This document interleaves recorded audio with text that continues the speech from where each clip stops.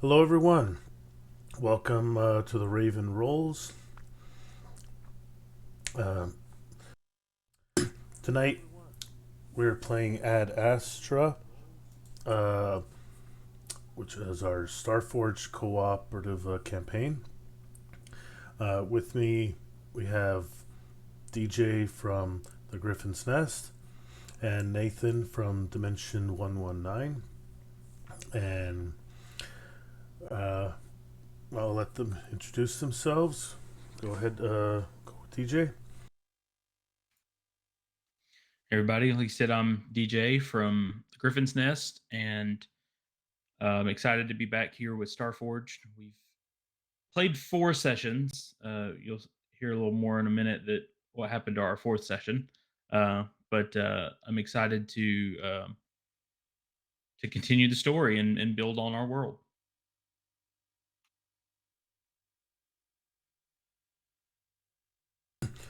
All right, thank you. And Nathan. I'm Nathan. I'm a being from Dimension 119, and you can find me on pretty much all the socials and Twitch and YouTube and all that by searching Dimension 119. This is my first time playing Starforged. I've watched the 3 sessions and pretty interested in what's going on. I love learning new tabletop systems, so I'm pretty excited to get in and learn something new.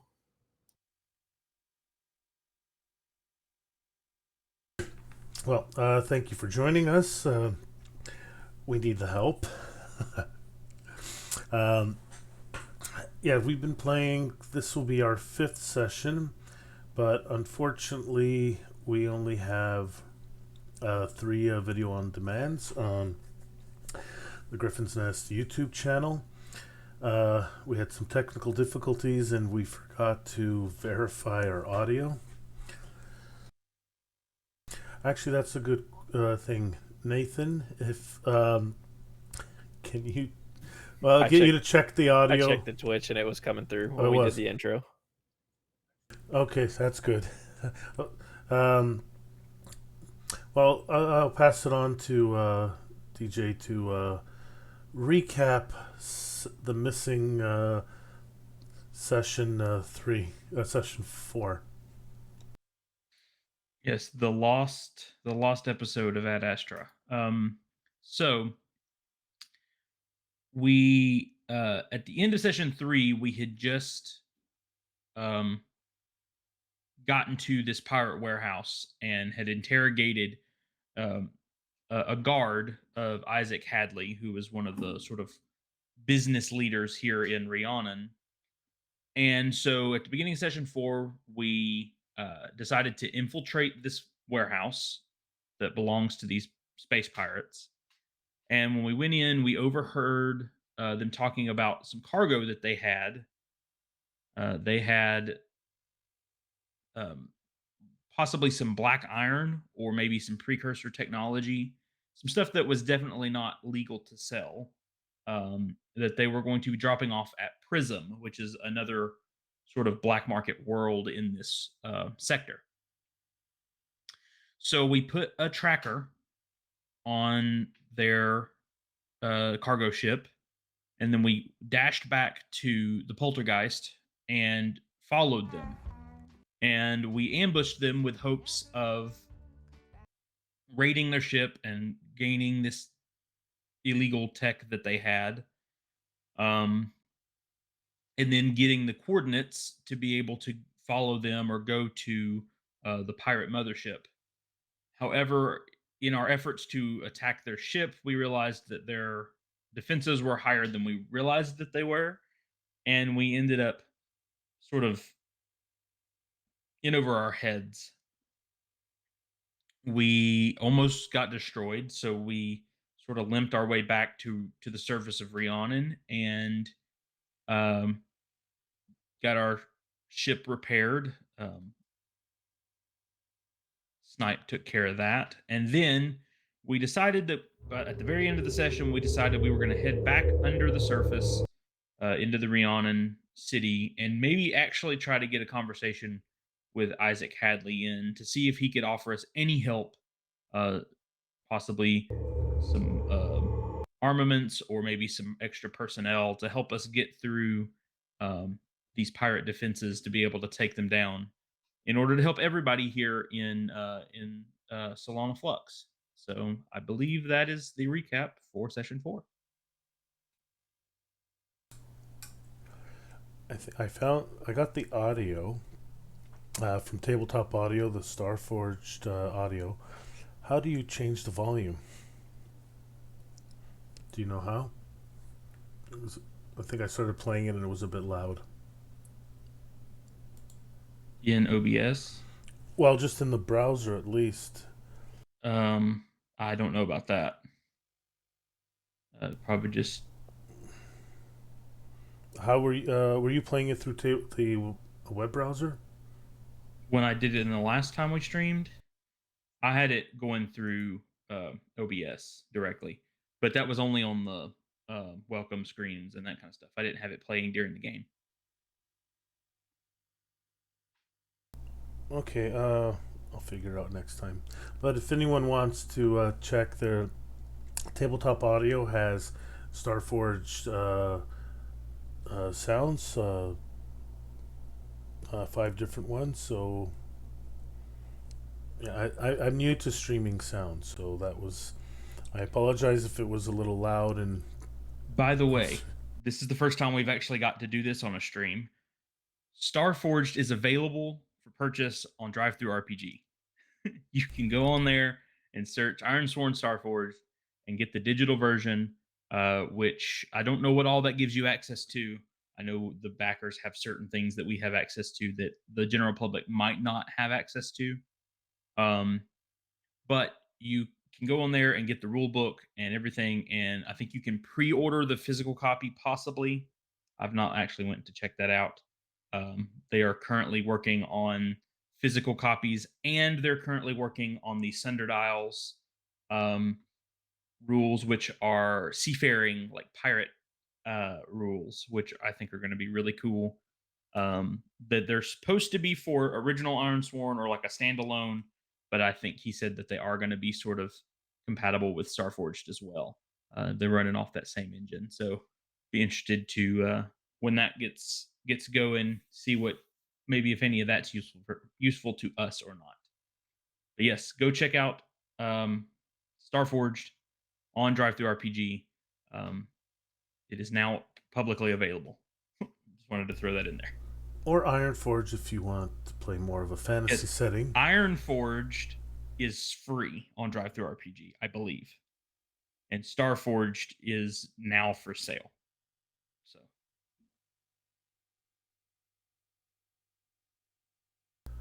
okay. I guess we could I guess we're ready to start playing. I think did we head back planet side? we were on the surface of the planet, about to hopefully catch Creed Frost to take us down back to the underside in order to hopefully see if we can get an audience with Isaac Hadley, who is the leader of the. I have this written down somewhere.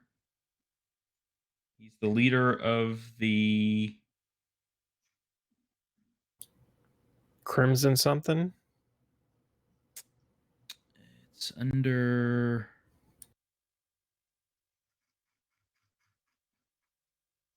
Of the Scarlet Commonwealth. We know that he's supposedly hostile, and he's tattooed, and he's driven, and he's wary and suspicious. So he's a very like closed-in kind of guy that sort of doesn't, open up to very many people. So we're hoping that we can get with him and get some information and get some help.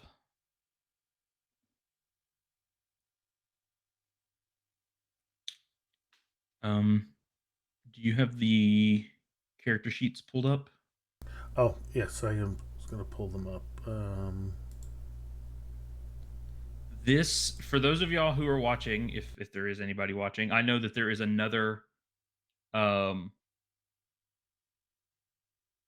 game going on tonight over on Erasmus Expedition. And there's one on the Uh, XP Guild as well. So but these character sheets that we have at the bottom of our webcams on the overlay um, are the official Starforged online character sheet called Stargazer, which is free. You just go to I don't know if the link will be available in the book or something like that. Possibly, I don't know, but I know we had access to a link to it through our Kickstarter backer. Uh, but yes, it's has of course place for all your character stuff and everything, and that's what we're using. We've got those put up on the screen so that you guys can see our. We're actually using the built-in dice roller as well, so you guys will be able to see our our rolls. yes, if you have access to the character sheet, you have access to everything you would need to make a character, except the actual rules. But if someone explains all that, there's assets, as you can see right there on my screen. So I have gearhead, kinetic, reinforced hull, and then we also have group starship. Mm-hmm. And mine, of And course, are Blade Master, Scavenger, and a Rover. and then you can see they're all ranked 1 right now.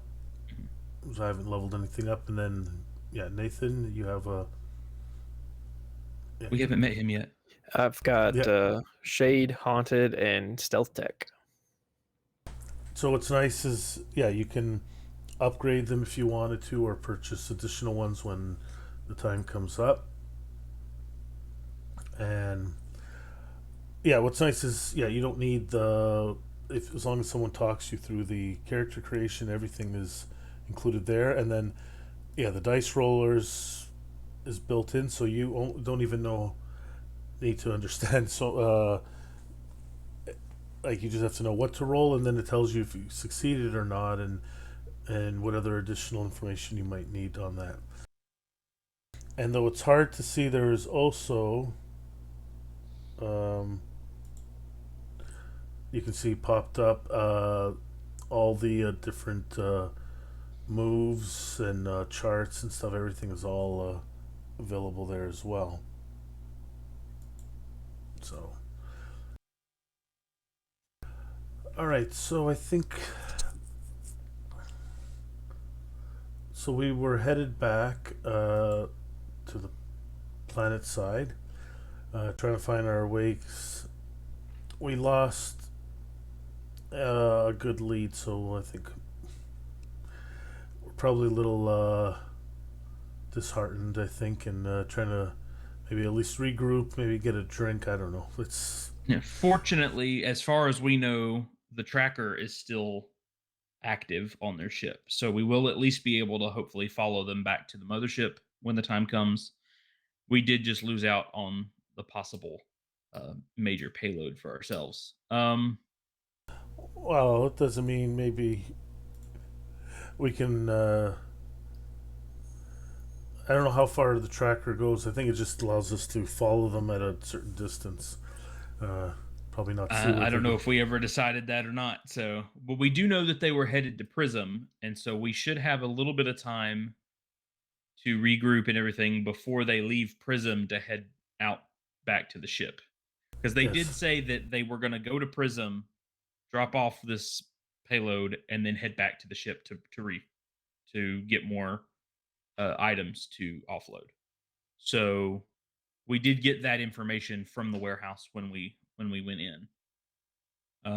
So we basically, I think our goal was to try to get it talk with Isaac Hadley and hopefully convince him that these pirates, which I'm sure he's aware that the pirates are a threat, but convince him that they are active on the world and that we can hopefully help get rid of them if we can get a little help ourselves.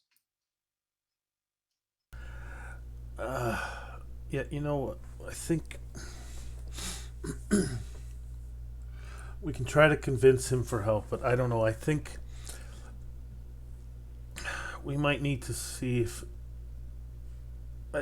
someone we can trust more than anything. Sure, we can get help from them, but I think we need someone we could trust more as well to at least because this two-man crew thing. No offense, Buzzard, but it's. I think we are having some problems with that. I think we need bigger crew. That ship is a I'm lot not to gonna. handle. Oh yeah, I'm not gonna argue with you on that. So Technically, this is not a two-man ship. We've been making it work. Uh, right, it's like I'm pilot, mechanic, gunner, unless something goes wrong, and then you fill in. right. So so we head to the docks and wait, and then a shuttle comes up. Uh, is it? Do we think is it Creed, or do we want to roll to see if it's Creed, or is it just Creed? Does he know where he knows where we're docked at? So do you think he? Creed may not have been expecting us back so soon, so he may not. He may have left. I heard something. Did you? Somebody sounds like there was a window open or something. Well, that sounded like a Twitch thing, possibly, but I'm not getting any notifications. Oh well. Did someone Well, follow? Did someone follow us?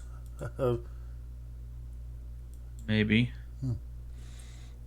Because I might have the sounds still, but now I don't have the visuals up. Oh well. Okay. Um.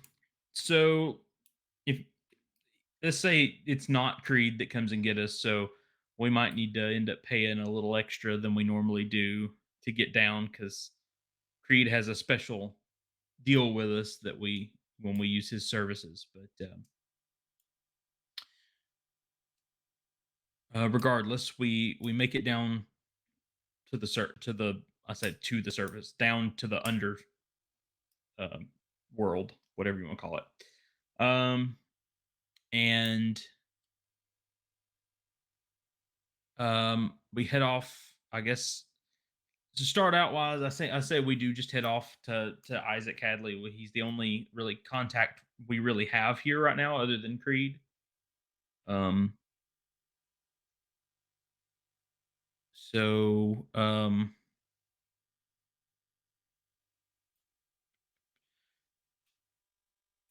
let's Well, see. let's have a ask Nathan. Where would your character be on this planet? What was he doing? Where might we meet? Find him, I guess. Come across him. Is he leaving the planet? Staying on, like just arriving? Has he been on for a while? Is this the underwater planet? Yes. So what? I'm assuming there's like bars, taverns, something like that. I imagine he's somewhere um supposed to be looking for work, but he hasn't found any. So he's probably sitting. I almost imagine there's a town or there's a tavern in this town that kind of looks like an old style saloon. Like at least the porch section of it. It's a tavern that's got a porch on the front of it, kind of thing. And he's just like he's in a bench, just leaned back with his hat pulled over his head, maybe snoring, um, legs crossed out in front of him. He's not found any work today, and well, for that matter, in a while. So he's just kind of taking a rest at this point. Is he just finishing a mission, sort of thing? I think he's probably hasn't had work in a while, not too long, but long enough to where maybe his pockets are getting kind of light. Well, This is what I'll say. I say we maybe our intent was to head towards Isaac's office, but when we got here and we started headed that direction, we realized that we've been going all day. We were at this warehouse, and then we left the warehouse immediately and went to the ship, and we took off, and we took did a battle, and we come back and repaired, and we realized we have been gone all day, and we've not really stopped to eat or um take care of ourselves. Do, So we still have some coin, don't we, or some some, credits? probably not a lot, but we have some. Um, because I I mean don't we've think. had I don't think we're hard up on basic credits. Like we can't no, buy a lot of like we stuff. can eat, but we can't like buy weapons and stuff like that. So how I know we've been here. Obviously, we've been here before this trip. How often do you think we come out here? It's probably not our favorite place, but it is probably the best for, Under the radar jobs. yeah, for easier there. Yeah, I think it's probably better for jobs right now that we're just starting out. Well, I say maybe we've been in this area before, and maybe we know this tavern. Um, let's let's name it. Let's see, oracles. Um,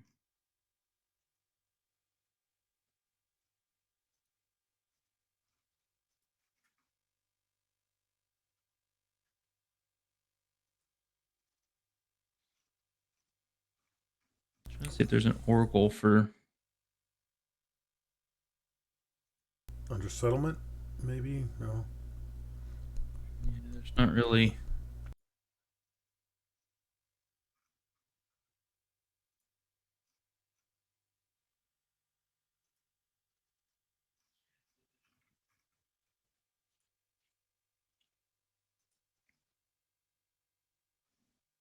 Hmm, I think we just need a tavern generator. yeah. See if I can get Well, John open. The book had everything else. It doesn't have a tavern generator in there. I know, right? Planet generators, quest generators, everything else.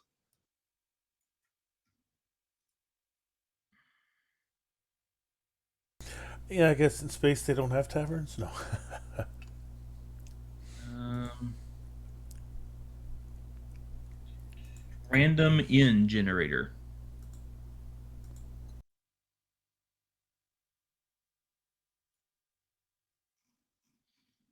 It doesn't give me a name.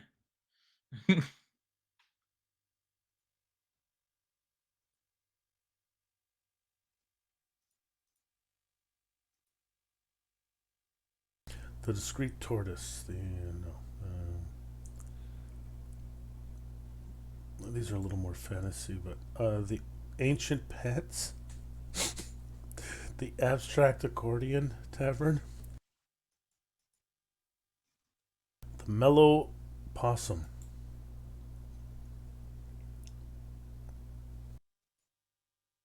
the ruthless tulip pub,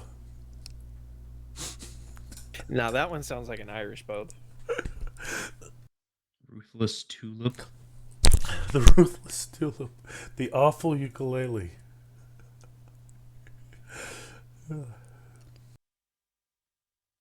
Um,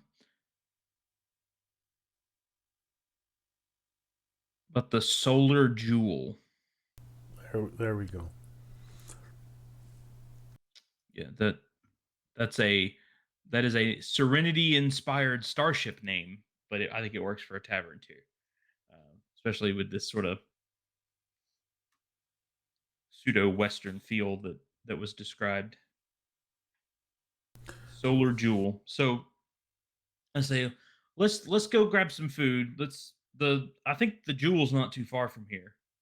We can just head over there and grab some food and maybe clear our heads a little bit. Figure, yeah, we sit down, we find somewhere off to the side, keep eyes out because we never like a back to the wall is what we prefer. Mhm. And the bartender, the waitress, whatever, comes up to us, and um, she asks us, is for our order, and we ask for food and drink, and I say, have you heard of anybody looking for some work, some off planet work, possibly? We're a little short-handed, and we could use a little extra help. Actually, Snipe interrupts for a moment, taps you and said, "Does that hat look familiar over there?" Because he's an observant guy, and he points to this cowboy hat on this someone sitting. Where is Owl sitting? Where is? He was reclined out on the front porch, so y'all would have passed him on the way in. Oh, then we might have seen him. Maybe we just weren't paying attention on the way in, and that we look out and like, does that hat look familiar? Would Nathan, would we ever have met Owl before? Like, where Oh, is he from? I thought we would. Yeah, I think we should reestablish that in game. Did you go to the academy with us, or did we know you from somewhere else? Mm, I don't think we talked about that when we created the character. Um, Basically, our two Are characters were at the academy. Anyone who wants a little more in life can get free, like it's free education if they want it. Aside from everyone gets free shelter, food, and stuff on their planet. Um, but if you want to go to the academy, you can learn more. Buzzard graduated. Snipe decided he didn't need to graduate. He was too good for the to finish the academy. See, the basic level of the academy is like things like grubs, which are like scavengers, which is what I graduated as. And then engineers and couriers, people who carry messages and important data. That's sort of like the lower level of the academy, and then the upper, like graduate level of the academy is, um, what do we call them? Uh, healers. Yeah, the healers. Most leaders of a planet are part would have gone through the academy, and they represent everyone rules their own like governs their own planet. But then there's some global rules and well-being, and So yeah. yeah, healers are like specially trained doctors. Um, Adepts are specially trained like mages, and then guardians are like specially trained military, as well as diplomats. Um, most planets are assigned a guardian for like protection purposes. The ones that are a part of the forge proper. This area is not formally part of the forge. the That's why there's less law out here. basically Um, the colony ships from Earth, the ones that survived, each form a new colony, and they each have a representative on the council, and they each have a guardian who keeps them almost like a marshal type of character. I think we decided that marshals were like essentially like mayors or elected governors. Oh, I think is what we decided. That like the marshals are sort of like the leaders, and then they each also have a guardian okay, yes. that is assigned as like So yeah, they you want it, protector.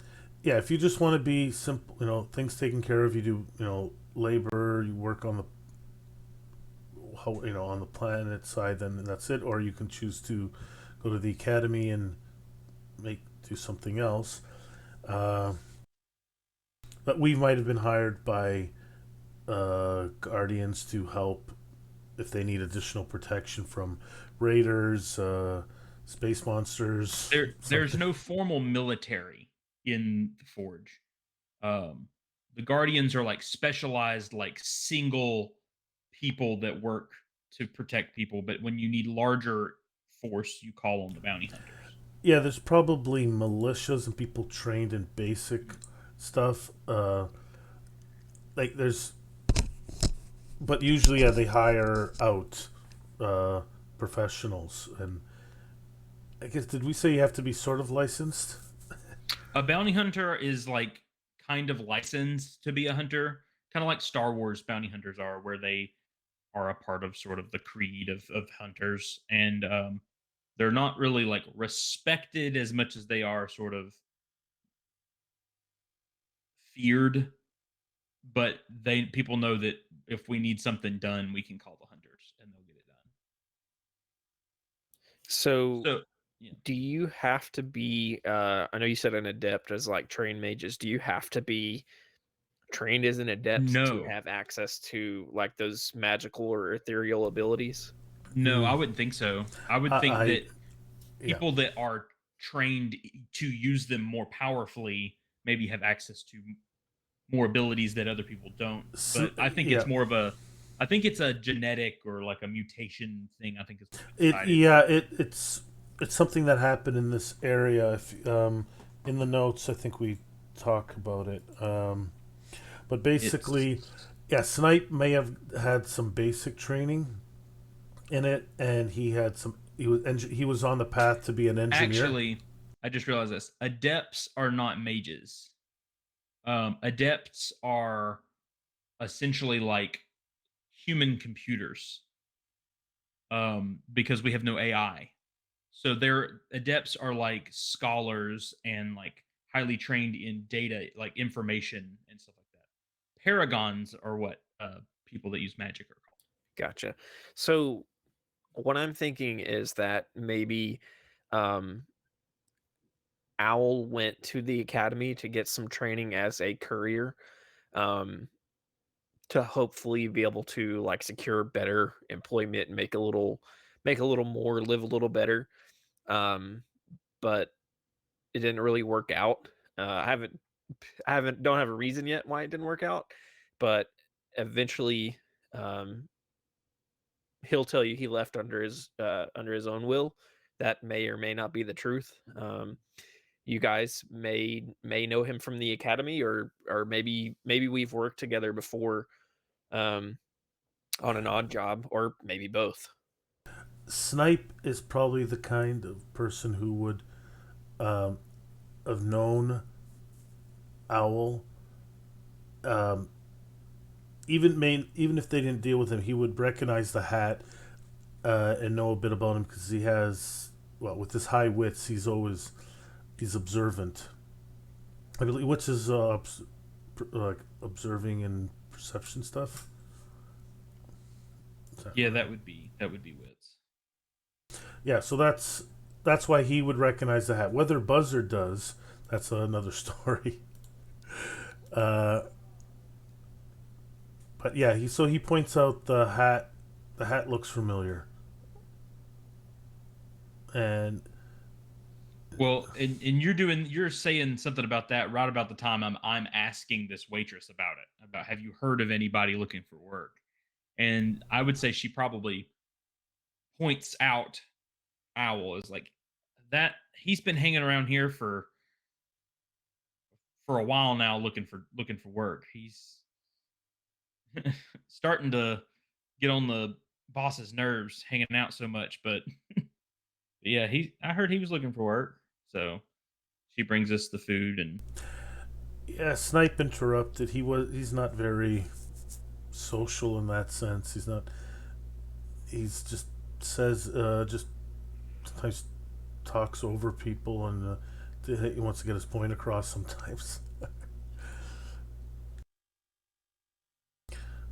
And she didn't. So does Buzzard The question is, does Buzzard recognize the hat? I I would think that that's up to you whether or not you recognize it or not. And Well, no. Does your yeah, character recognize? do I recognize it? I may have if we met him in the academy, I might have met him once or twice. I don't know that I've ever worked with him. You might have had more like of a, I was so I guess so focused in my studies because I'm the one that actually completed my studies, that maybe you guys had hung out or saw each other at the local bar or whatever then, and I might have met you, but not well. I don't know that I know you well.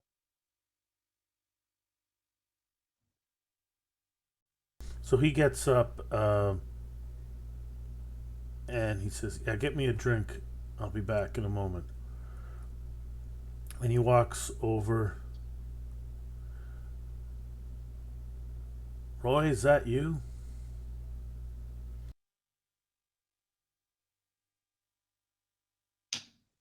Oh, you're muted.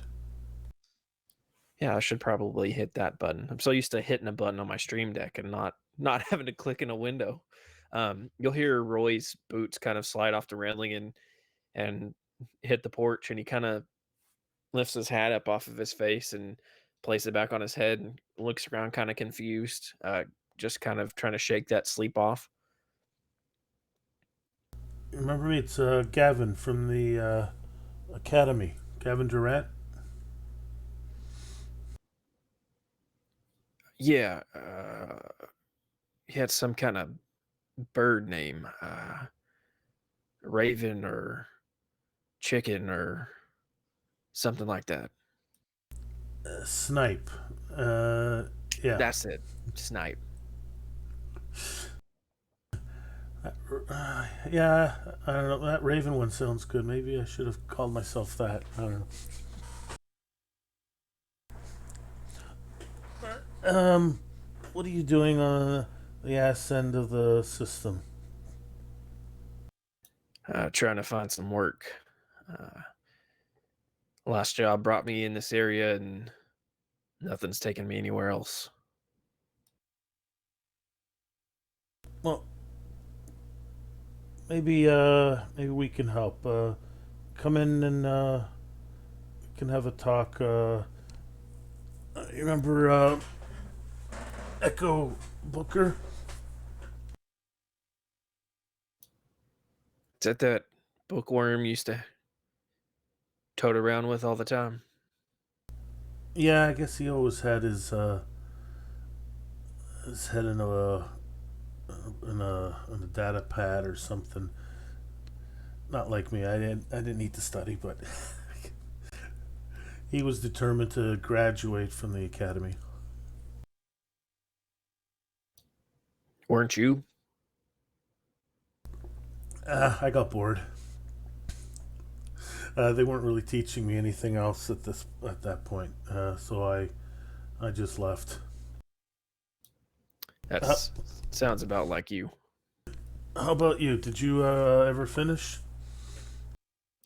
Uh, I left. Yeah, I left. Was it by choice? Oh, of course. Uh, I only do what I want to do. Well, come on in. We'll get you a drink and talk about some possible work if you're interested. If it'll get me to the next planet, I'm interested.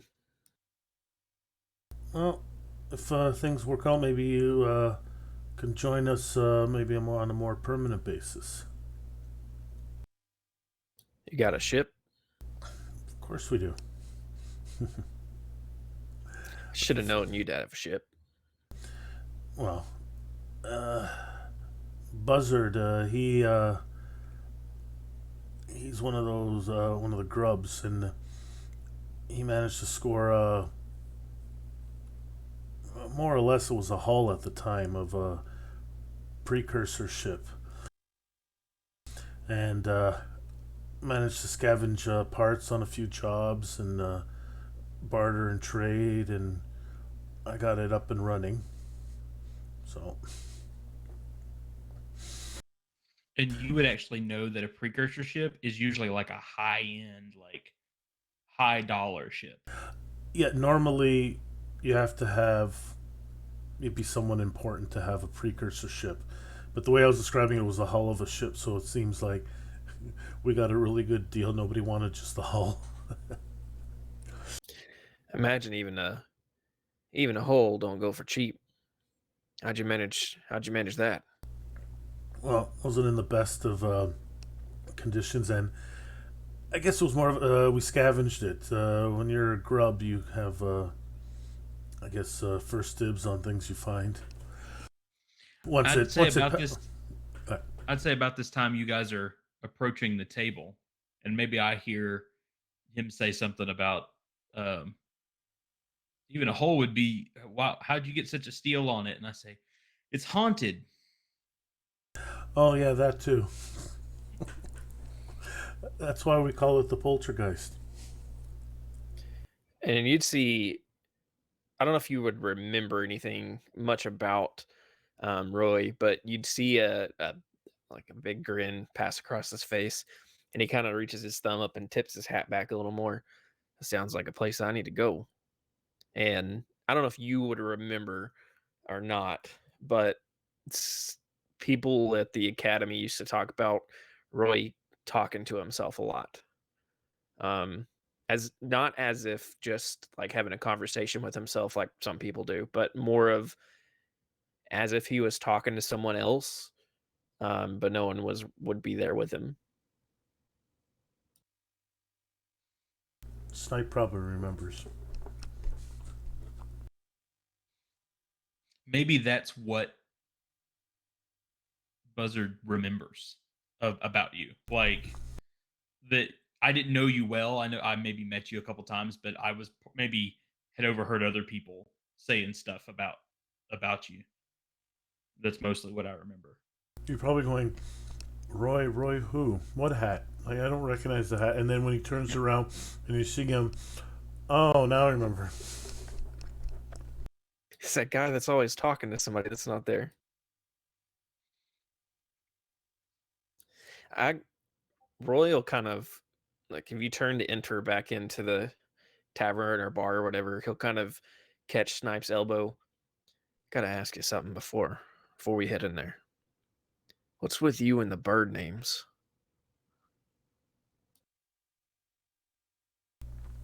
Well, it was actually Echo first. He wanted to call himself Buzzard because he's a grub. Always picking leftovers, and usually I stand behind him and snipe things. I'm not gonna get it. He's the one who's more hands on, front line.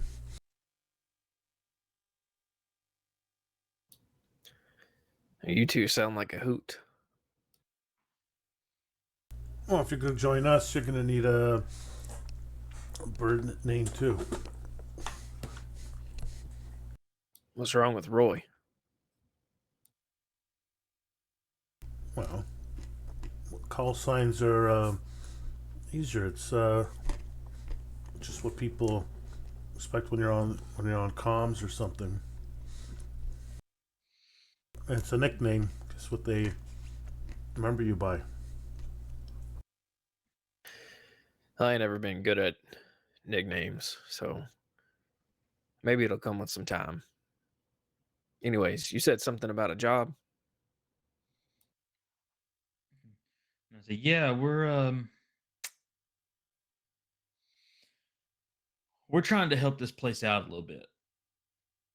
We know it's not a part of the Forge officially, but we get some pretty good work out here that pays a little different than the jobs in the Forge do. Maybe not necessarily better, but we're in the business of stuff. And I don't know if you noticed on your way in, there's some pirates running loose around here.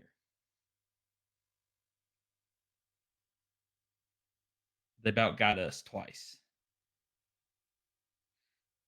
Second time might have been our fault, but the first time wasn't.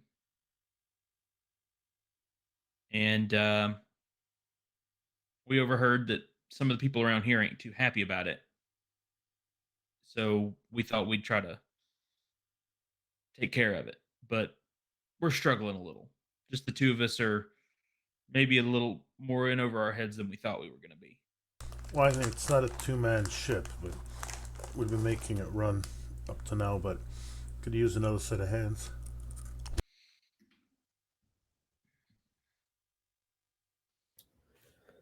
You know, normally I'd be talking about pay and my cut and whatnot. But seeing as you've been hired to take care of them pirates, I'm inclined to join you. As long as I get paid, you understand. But Well, we can whatever we find that we keep, we make sure the ship is running. You know, we get some food and we can split the rest. them pirates is a big reason why it's been so hard for me to find work. Yeah, they seem to be stopping all the good ships coming in and out. I've begun to wonder if they might have some connections down here as well. Well, Um, I bel maybe that's enough information for now out here. maybe you're Somewhere a right. little more. Don't know who's listening in. Well, you But if you're understand, interested, we can talk about this somewhere else, a little more private. I'd say I'm invested.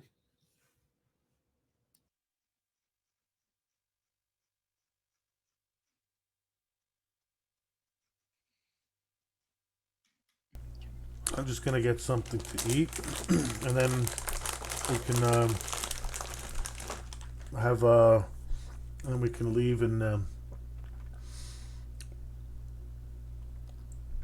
maybe head to our ship and finish this conversation.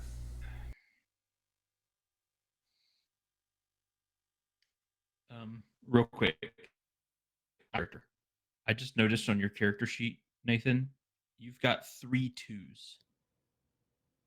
Yes, I'm sorry. I forgot to ask about that because it didn't save when Paul and I created my character. I meant to ask about that.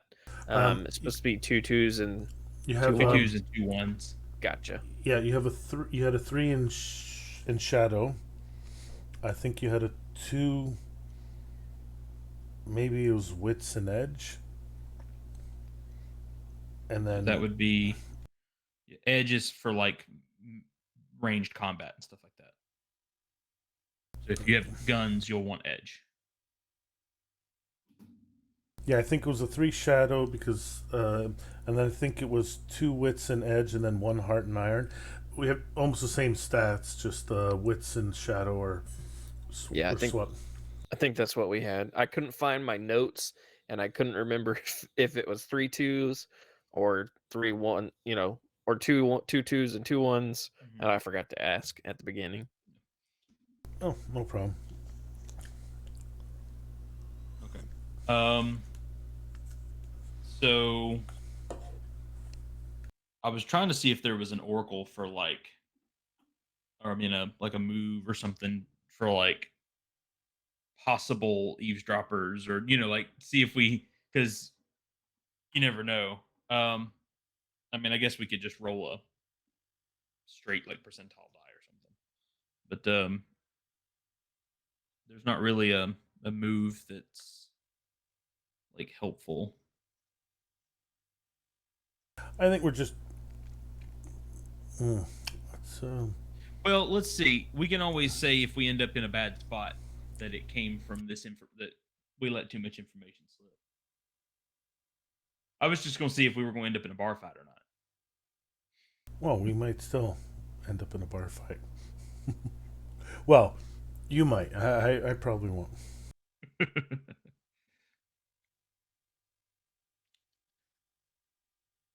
not. Okay. Enter the fray. Yeah. um, Turn around and punch that guy.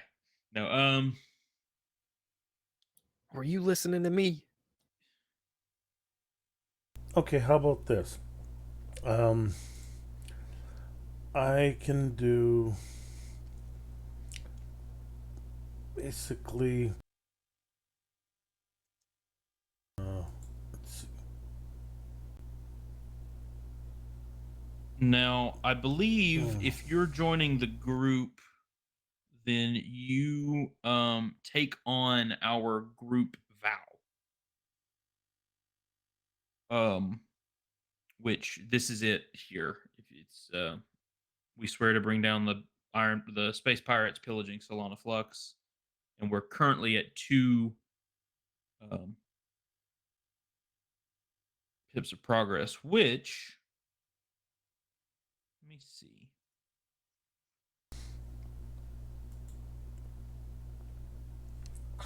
Actually, I'm going to copy that. I don't have that written down.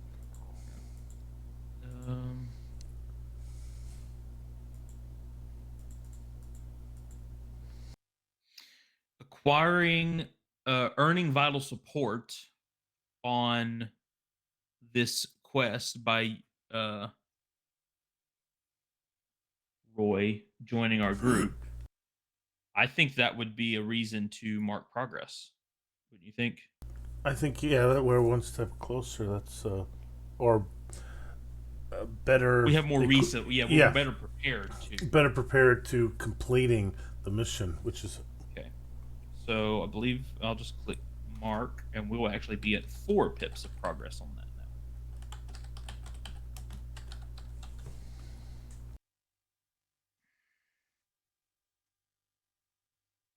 now.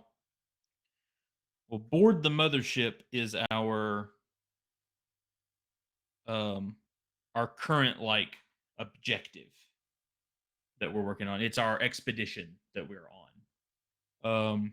Which we currently have, I believe, 5 pips of progress on that. Because it's a formidable, it's actually a little bit of a struggle.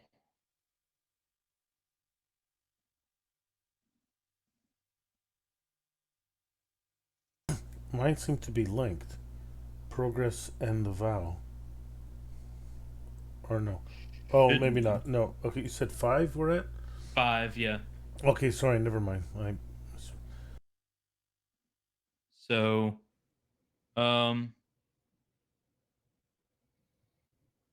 So what was under progress?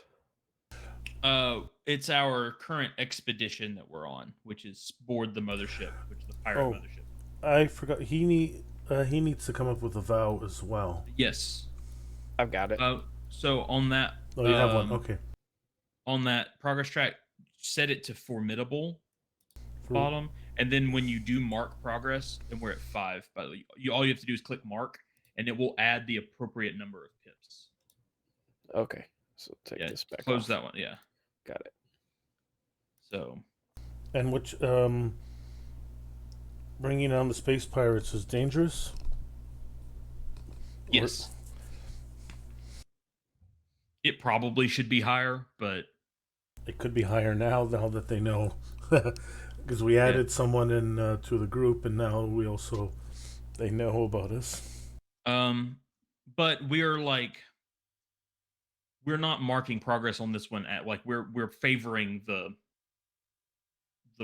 mothership one over. So when we do complete this one, we will definitely mark progress up here, because that will definitely go towards that. So okay.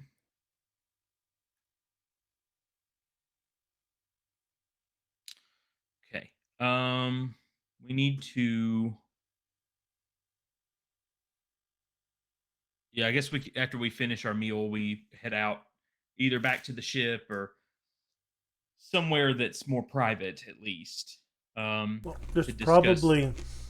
there's probably locations here because people are always making deals and stuff that they don't want other people to hear. So we could find a private room, maybe even in this tavern, where we can have our meal and bring down the cone of silence and stuff like that. I think that works. I think we can ask the waitress for a back room or something, and probably have to pay a little extra for it. But yeah, we discuss. I think the idea that we know that these pirates are already here on the planet. They're already planet side, and we found one of their warehouses, so we know where they're storing a lot of their pillaged goods before they get sent off to be sold. Um, and I guess at this point we'd let him know that we have a tracker on a cargo ship. Our biggest issue is that our ship, between the fact that we don't have enough hands and our ship seems to not, we don't have a high enough advantage over these pirate ships. Even their cargo ships are fairly well armored, and we were sort of overwhelmed. So we're looking to upgrade our ship in a way that's not going to break the bank, um, but that will help us in this, these encounters with these pirates. So, do you have any information or resources that could help us with this besides obviously extra set of hands? And I seem to remember you were decent with a gun. I Well, think, and a pilot, a pretty good pilot too. well, I've got a little something. I think if you're looking to be a little more quiet with your ship, get a little closer before they know you're there. If you know what I'm saying. It certainly wouldn't hurt. And I've got no use for it because I don't have a ship myself. It's not usually the way we go, but that doesn't mean it's not a bad thing. Well, you know, we could attempt to sell it and get something else if need be. But that's what I got at the moment. Well, I don't think it would hurt. Are you going to show it to them or tell them what it is? Um, Probably. I mean, I don't. I mean, I don't know how big the stealth tech would be. Um,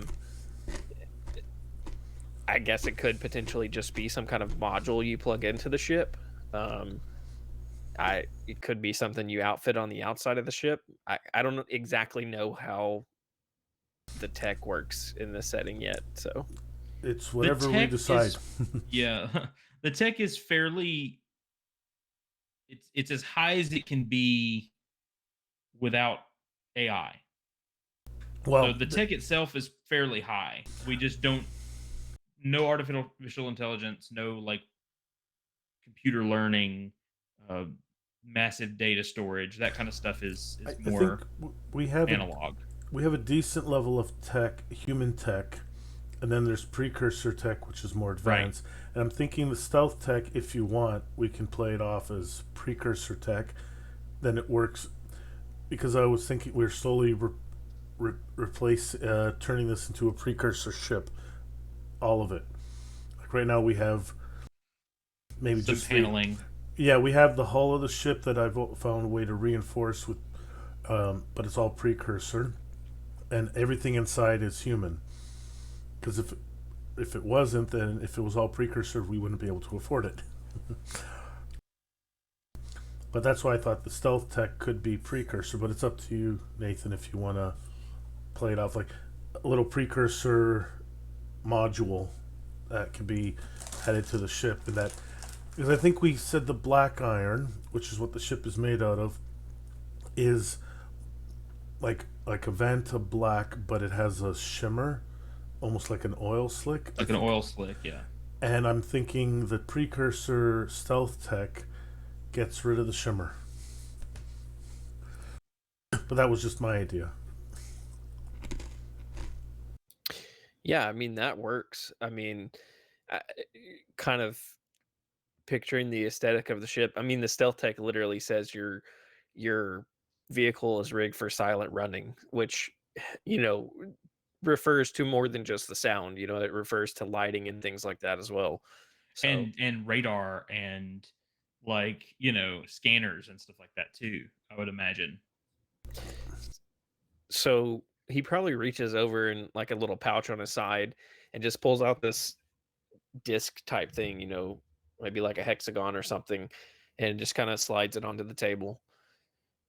And you see Snipe's eyes widen and his jaw drops, and if you put it on the table, he's slowly reaching for it. If you don't stop him, he's gonna pick it up. He'll actually like he's kind of leaned back a little bit after he sets it down, and if he kind of sees you reaching towards it, he'll kind of slide it a little bit closer to you. And when Buzzard sees it, he'll sort of reach up to his neck. He's got a pendant of which is just a little chunk. It's actually probably a small hex panel, hex piece of the black iron. Um, that he carries as a reminder of his ultimate goal in life, um, is to find a great resource of this black iron for the whole forge. But seeing that little black hex fall, slide across the table, like he starts to really see the value in that. Yeah, we know what we're doing, but having extra hands and eyes, and that's definitely not hurtful. So for Nathan and anyone joining us, the iron vows, which is what that's the main mechanic of this system from Iron Sworn, uh, like the Iron Forge stuff. It's the iron vows are sworn upon. In this setting, we randomly rolled, I think, or we may have picked that one. But basically, iron vows are sworn upon totems crafted from the enigmatic metal we call black iron. Black iron was first forged by a long dead civilization.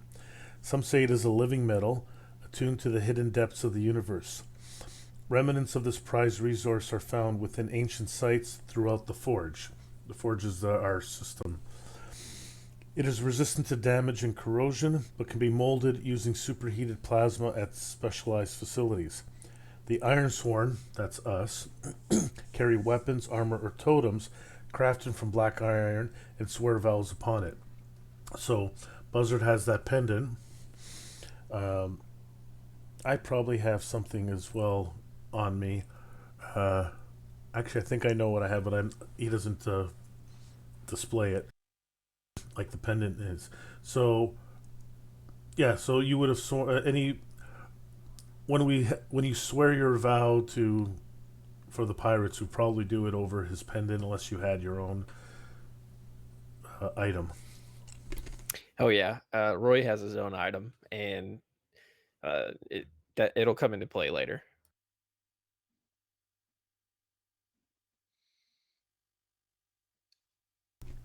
And yeah, Snipe is not usually quiet, but now he's looking this over. He's probably pulled out some tools, some diagnostic tools, and he's examining it.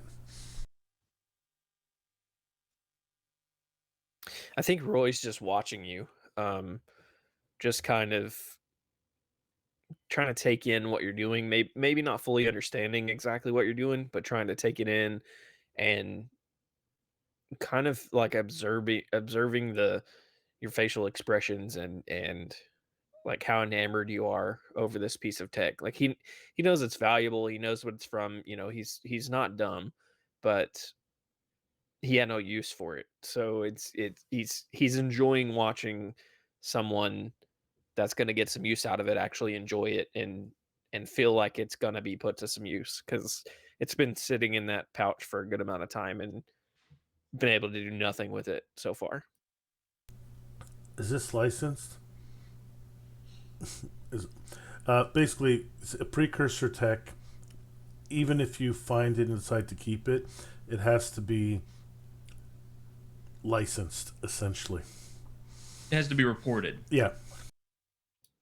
Well, I got it from a job. They said it was.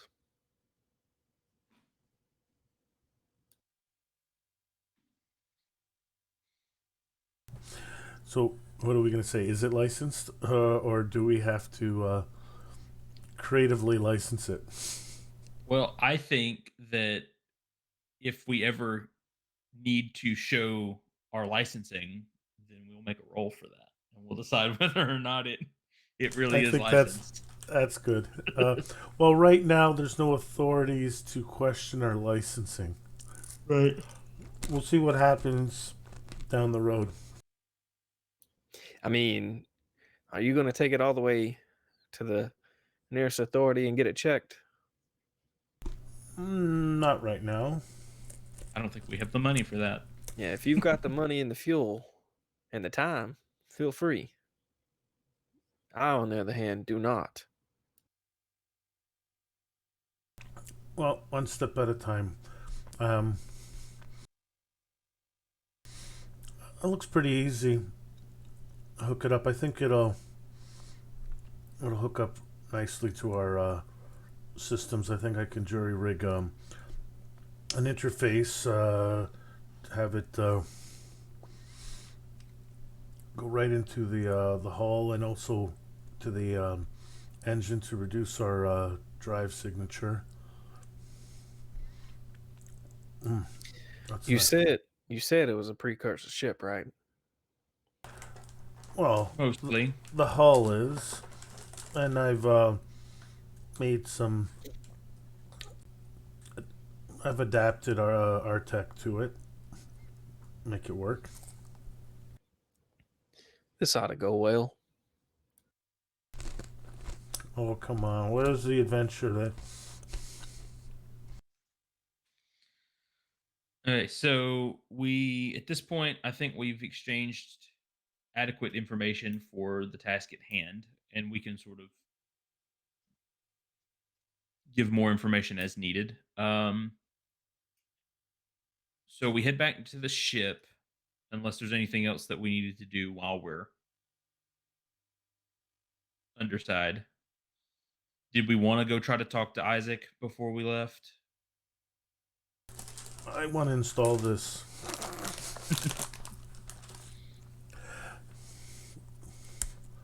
Well, Would you're the one who talked to Isaac. What do you want to say to him? I just want him to know, one, that there's some stuff happening planet side that he might want to take care of, because I'm sure he has the resources to do so.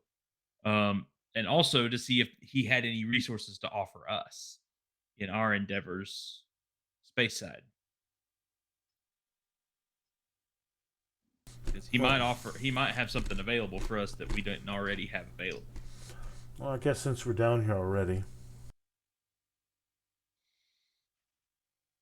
Okay, so we approach the office, and what do we think? Is there a guard, and is it the same guard? I was going to ask what happened with that guy, So because the session I watched, the last time he was seen, he kind of ran off. You guys kind of confronted him, and then he kind of took off. yeah, we gave him a choice: either help us or get out. Um, we sort of scared him into thinking we had already talked to Mr. Hadley. Um, so I think it might cause problems if he's here and we ask to see him, the boss. Is that your friends are here? What friends? Yeah. So maybe we'll just say it's a new guard.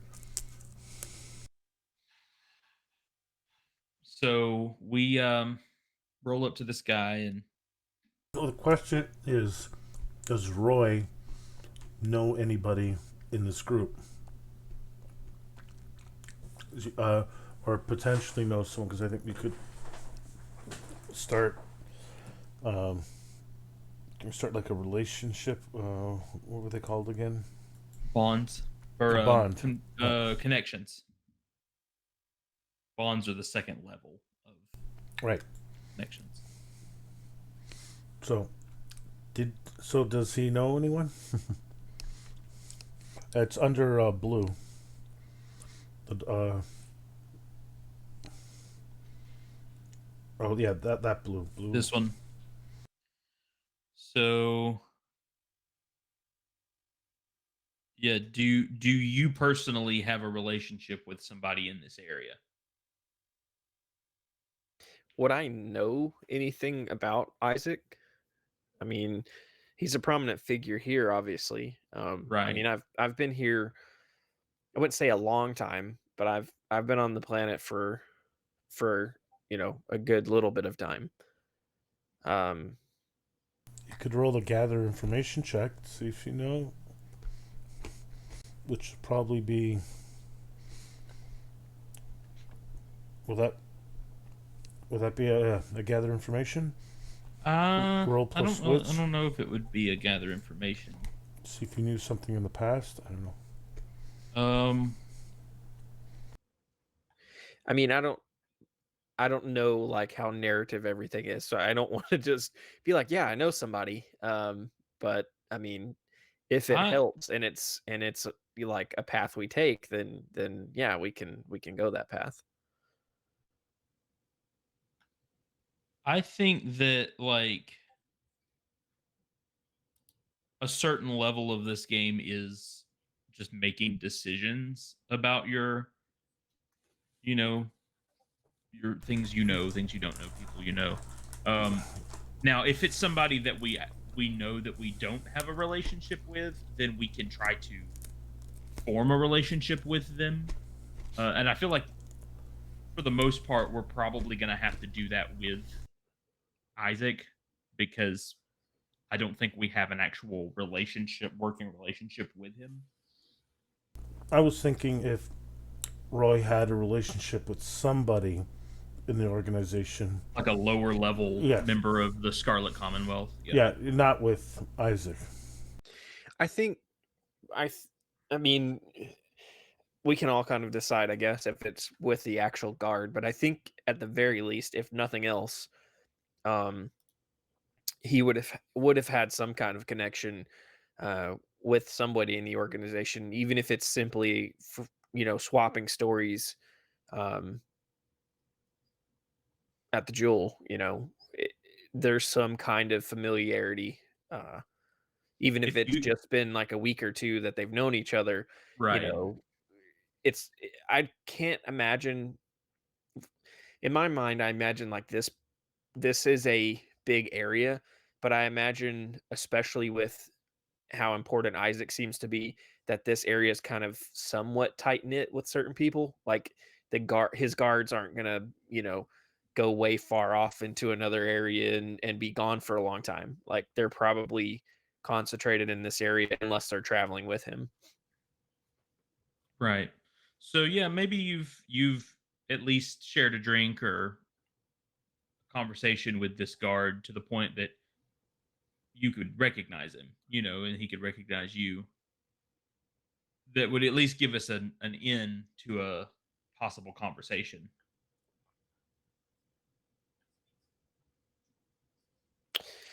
Um, is there anything I need to do or add to the character sheet for that, or just Um, so I don't think there's a place on the character sheet for connections, unfortunately. I actually have a physical connection sheet. Now I don't remember.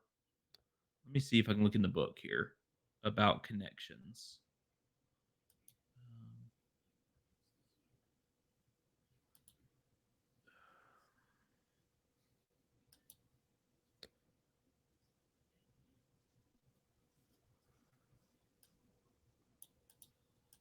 see about connections with when it comes to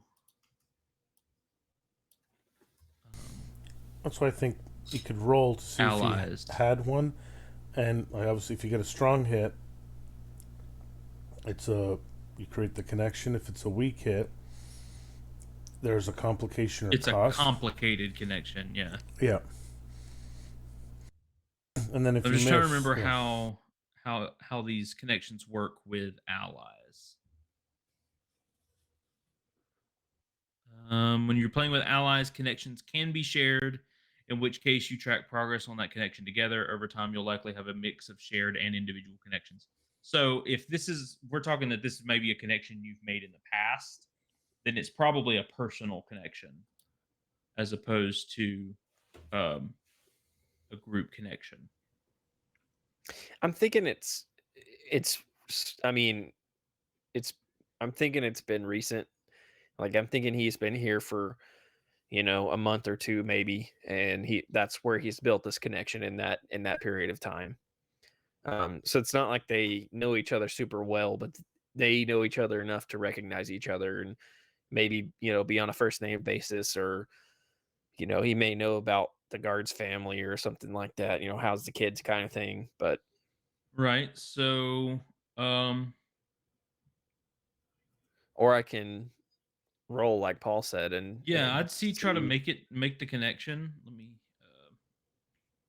make the roll for that. And then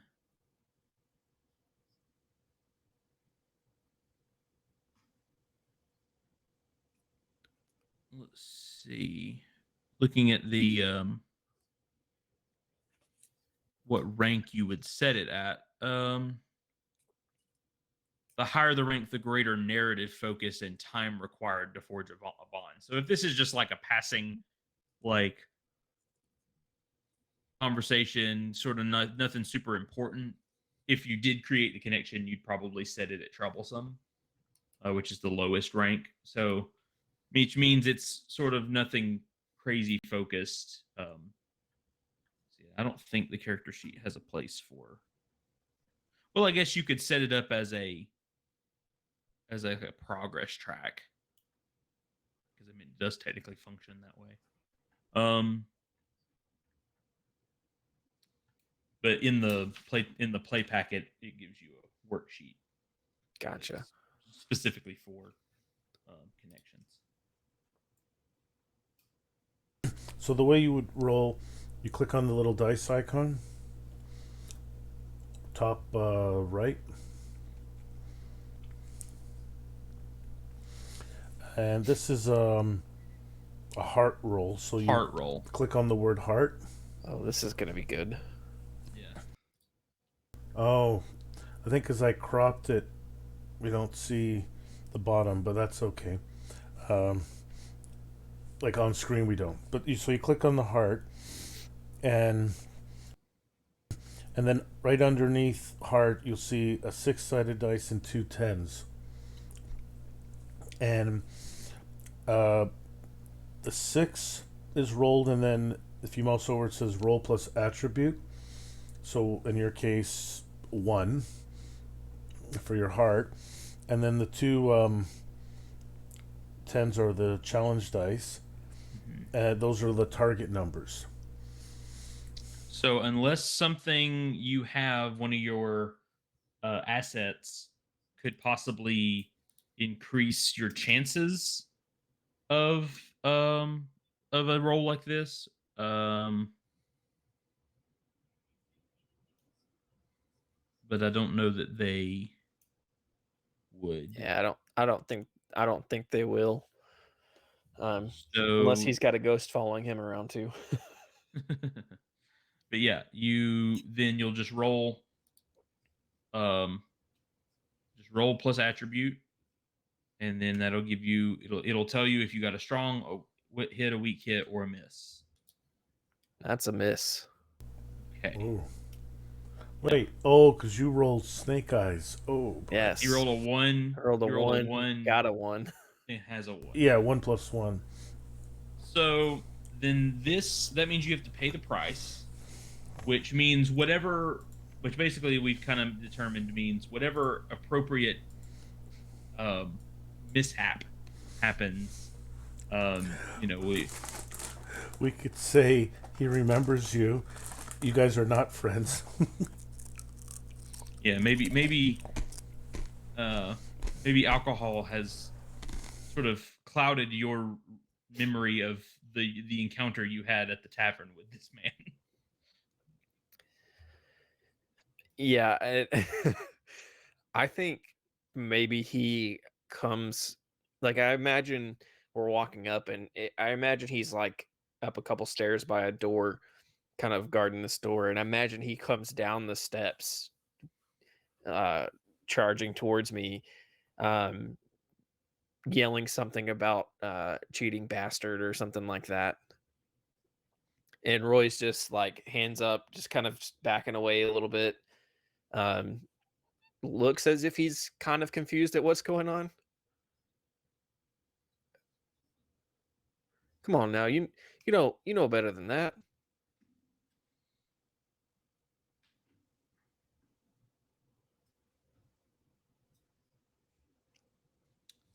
So I think at this point, I, he's I don't yelling at think. you, and Yeah, I don't think Roy expected to see him here, and it's like, oh shit, kind of yeah, moment.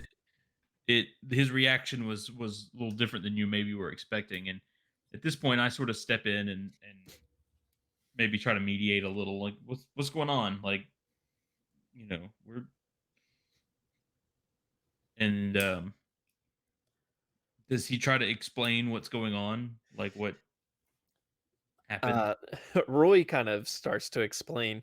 Um, I said I was short on money, and Samuel here's the only person that's kind of kept me going. He's not too good at cards, and Samuel's like, you were cheating. Don't give me that crap. And just he's he's not happy. He feels like he's cheated.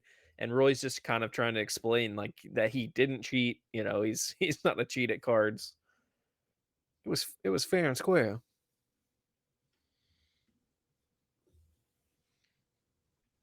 Okay, so I think that we don't have a connection with this person, so we're going to have to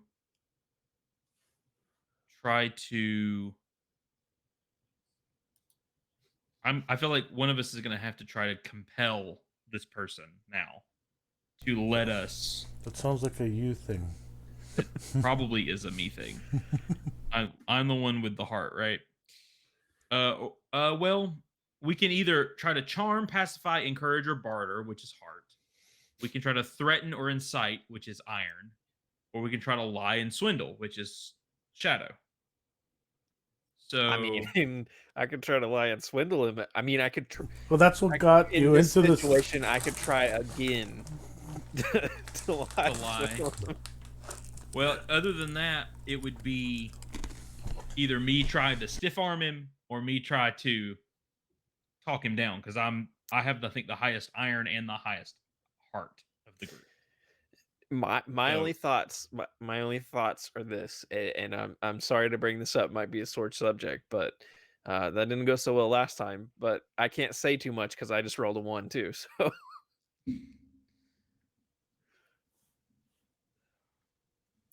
I mean, I don't mind to try again. I've got a 3 that's a little better in shadow, but uh, well, oh yeah, Paul has experience with my dice. let's see. What if I Help. okay? One of us try to secure an advantage. Okay.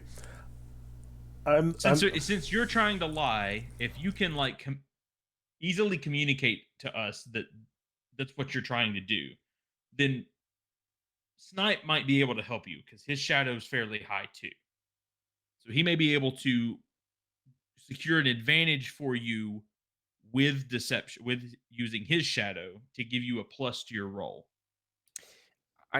I don't know how well Snipe exactly knows. He's observant, so I don't know how like well he knows Roy, but I think maybe he's observed something like this happening at the academy before.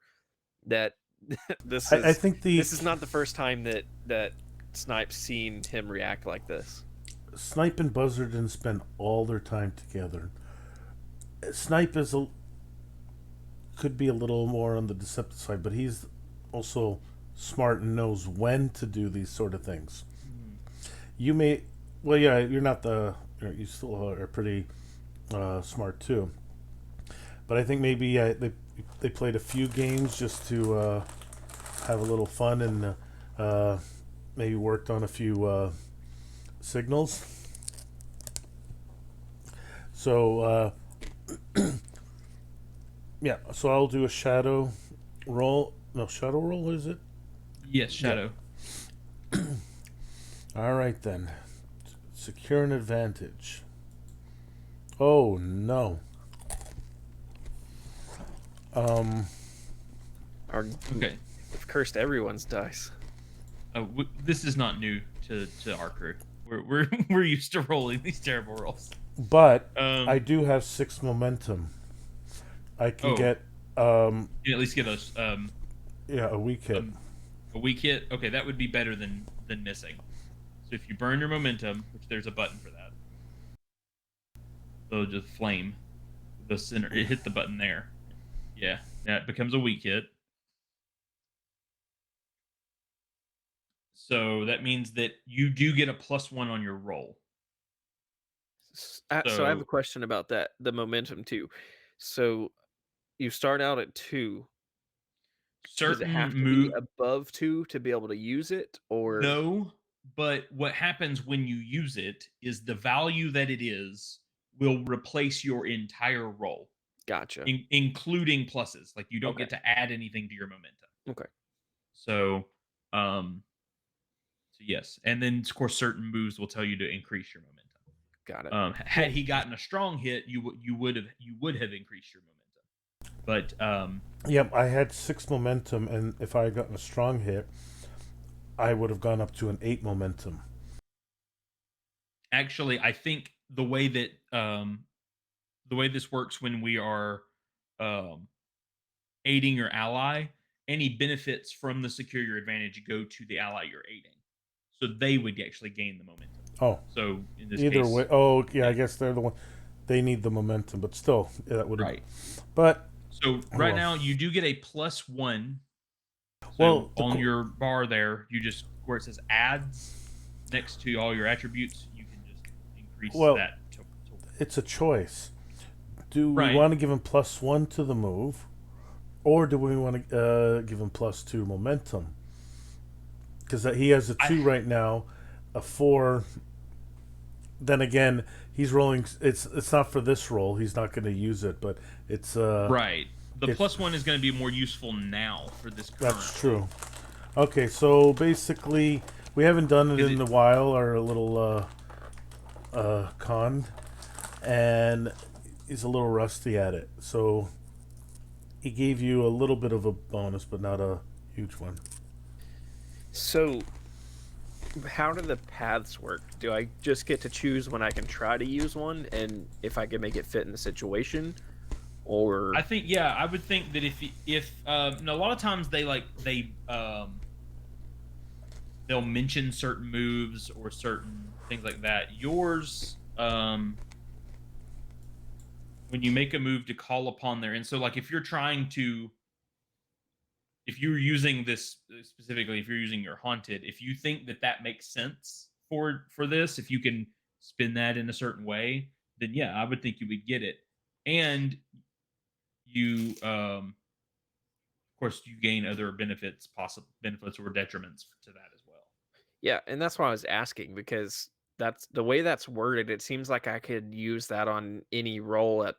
I could make a way to use that on any roll. I would think so. See, like mine are worded very specifically. Mine says when you clash or strike at close quarters, because I have Blade Master. I'm good with the sword. Specifically, it mentions clash and the clash and strike moves, and then scavenger mentions either the gather information or the resupply, dealing with a wreck, ruin, or abandoned site. So, like mine has very specific uses, but yours seems very open ended, which I think is useful. So that's a So- good. That's a good one. Yeah. So I want to try to use that and add another +1. Just kind of like thinking over what this person kind of has taught me, um, the relationships that we had and things we had been through, and trying to rely on uh, some of that experience to kind of ease this situation. Strong So- hit. Strong hit. Awesome. So, on a strong hit, first off, since you're using haunted, on a strong hit, you get to mark 1 tick on your Bond's legacy track. One of the big boxes. Now hold on. Let me check that. I think. Trying to find legacy moves. Um.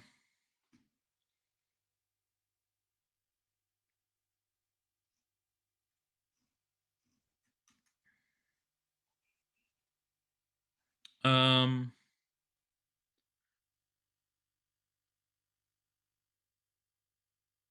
I think, yeah, I think 1 tick. So once you've marked 4 ticks in that box, you will earn 2 XP. I think is how that works. Okay. And we can really check that later and uh, make sure that we're not doing that wrong. Because for some reason, the assets are not in the rules book. Like information about the assets are not in the rule book. You have to look at the um, like player aid or whatever to get information about those. Yeah, I think that's how that works. I think you just get 1 tick in your legacy bonds track, moving you towards leveling up. All right. So you got a strong hit on um was that a compel, right? A deceptive compel. A deceptive compel. On a strong hit, they do what you want or agree to your conditions, and you take 1 momentum. So you will gain a momentum, and then you have subdued him enough that we can, and maybe even all this. Now, do we want to make this a separate compel in order to like get the audience with Isaac? I would think that would be. I think this was just getting him to calm down and listen to you. Yeah, I think so. Just kind of stopping, because I think Aggression. this is a whole other situation that we have to deal with. And I Right. think stopping what's happening now is probably the first step, and then going from there.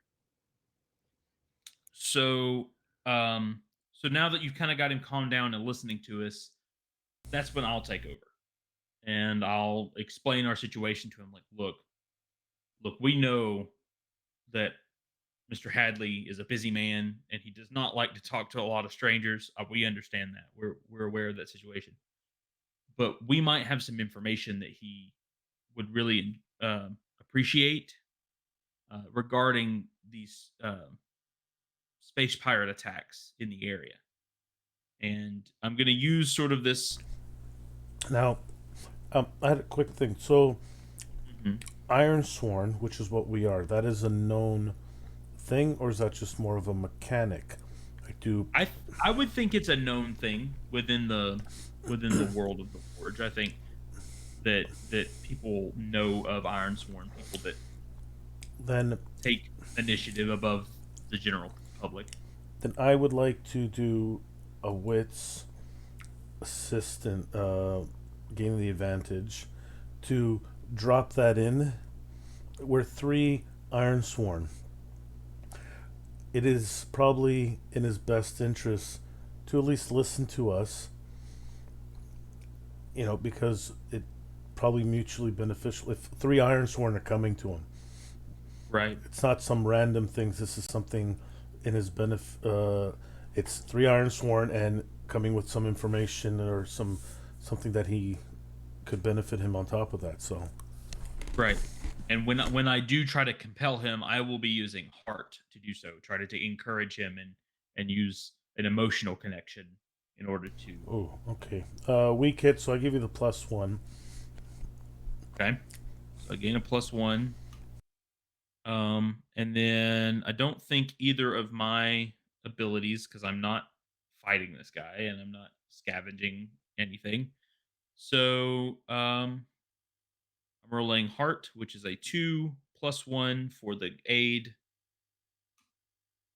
and I rolled a miss.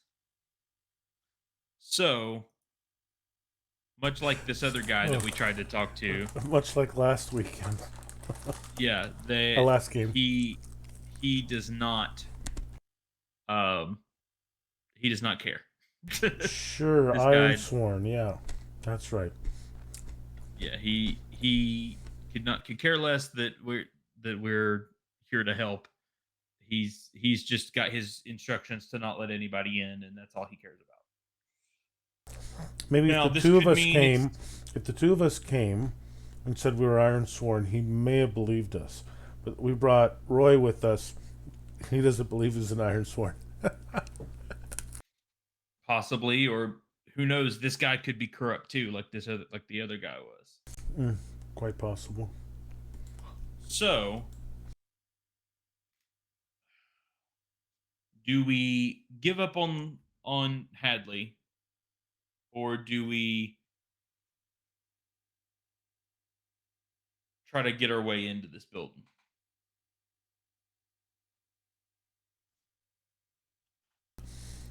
Do do we think breaking in, sneaking in, Will help us. will will help us? Even yeah, I think that he probably knows about us already. We've been here a few times. I don't think we're gonna get in to see him. There's Okay. probably our pictures on the other side of the store on the screen saying, "Do not let." At least the two of us, and now Yeah. Roy's been added. Well, I say we cut our losses then and head back to the ship and let Snipe get to work on retro fitting this stealth module. Snipe looks a little happier now. Yeah, we're done with the talkie stuff and more with the techie stuff. You know, I've been trying to see that Isaac guy for months. I still ain't got in. Maybe there is no Isaac guy. Mm. We see him? No. Now, Okay. this might be a good spot to take a bit of a break, maybe like a 10-minute break. Sounds good to me. Refill your waters, that sort of thing. Bio break. And then we can continue, I guess, aboard the ship. And maybe make some progress. Maybe. Nah, I don't know. If the dice so allow. Maybe not. Maybe no progress today. Okay, well, yes, thanks for everyone who's been watching or who will be watching. And thanks for Epic Gamer for following the channel. And yeah, we'll be back in about 10 minutes. All right, I'm gonna fade. Hold on, I gotta come back here. Sorry, I gotta mute.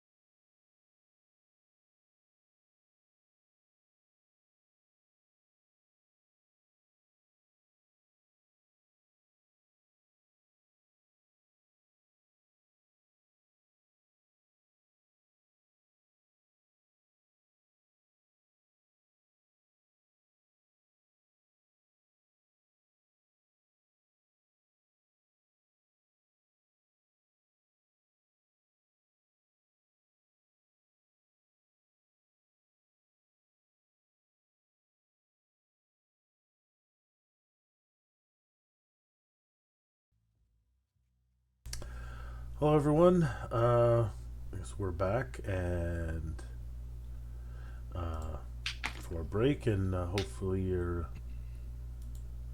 enjoying this. And I guess we'll just get back to a little bit more action, hopefully. maybe, or maybe some good dice rolls at least.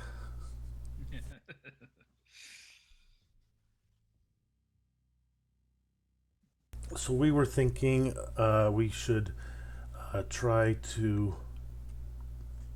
We we're just waiting for that ship that we were tracking to come back and go hopefully to its mothership to drop. I guess it's to pick up more stolen goods. This ship seems to be the one that picks up stolen goods, drops off the legitimate stuff here at the warehouse that we infiltrated last time. And then any that is a little harder to sell, they go to the other place and trade it on more of a black market. Though this planet here is lawless, it doesn't mean it's a haven for criminals. It's just everyone has an understanding. Don't piss off someone because they could have a bigger ally or be part of a group or something. So, all right, DJ, what are we gonna roll for this? Well, first, I was thinking it'd be cool to like kind of talk through you installing this module on the ship and like what happens and what it looks like, and just kind of talk through that a little for just for story purposes.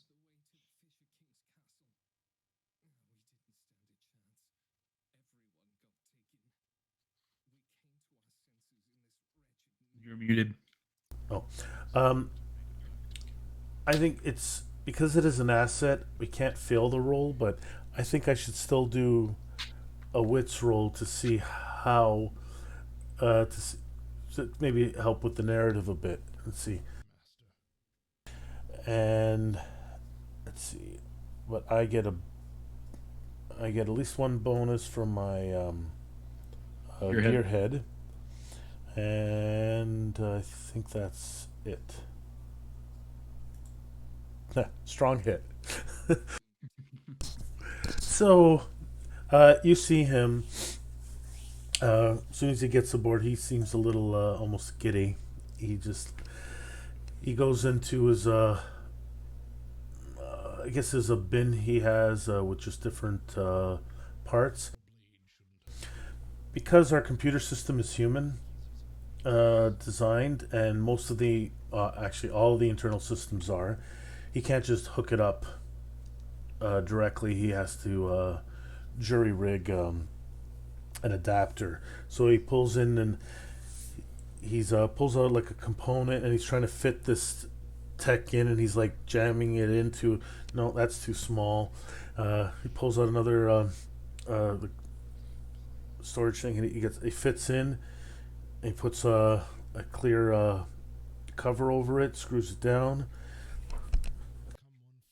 and starts hooking up all the wires through some adapters and other stuff. And he's like, okay, I'll have to hook it up here, and then so he puts it up on a open spot on the wall, probably maybe in the engine room, and he starts running wires, connecting it to different parts of the ship. It's like I can't go directly to the there. I gotta have to go over here, and he starts hooking it up, and you see him get into a bit of a zone, and he starts almost mumbling to himself, like you guys probably maybe even tune him out at this point, and he starts wiring it in. And he's like, "Okay, done now." May have noticed I installed a black button, not red. Never push the red button, but the black button. That's the one you push right there in the cockpit. Who wants the honors? You know what? You get the honors, Roy. It is was your find. is your resource. So you want to try it? I think you're the one that got it to work, so I Well, think we you ought to have the opportunity to test it. Well, won't know until you you're push the the one that button. hooked it up. Yeah. Knowing you, it probably works. So he goes over and he pushes flips over a little compartment lid, pushes the black button, and nothing happens at first. Oh, one moment here. He goes back, gives the casing a big kick, or hits it with a wrench or something, and then suddenly he goes back, pushes the button. Goes, no, don't worry. Precursor tech is durable. Don't worry about it. And well, it's made out of black iron. It better be durable. And he pushes the button again, and there's starts off maybe a few sparks here and there. And he goes, that's normal.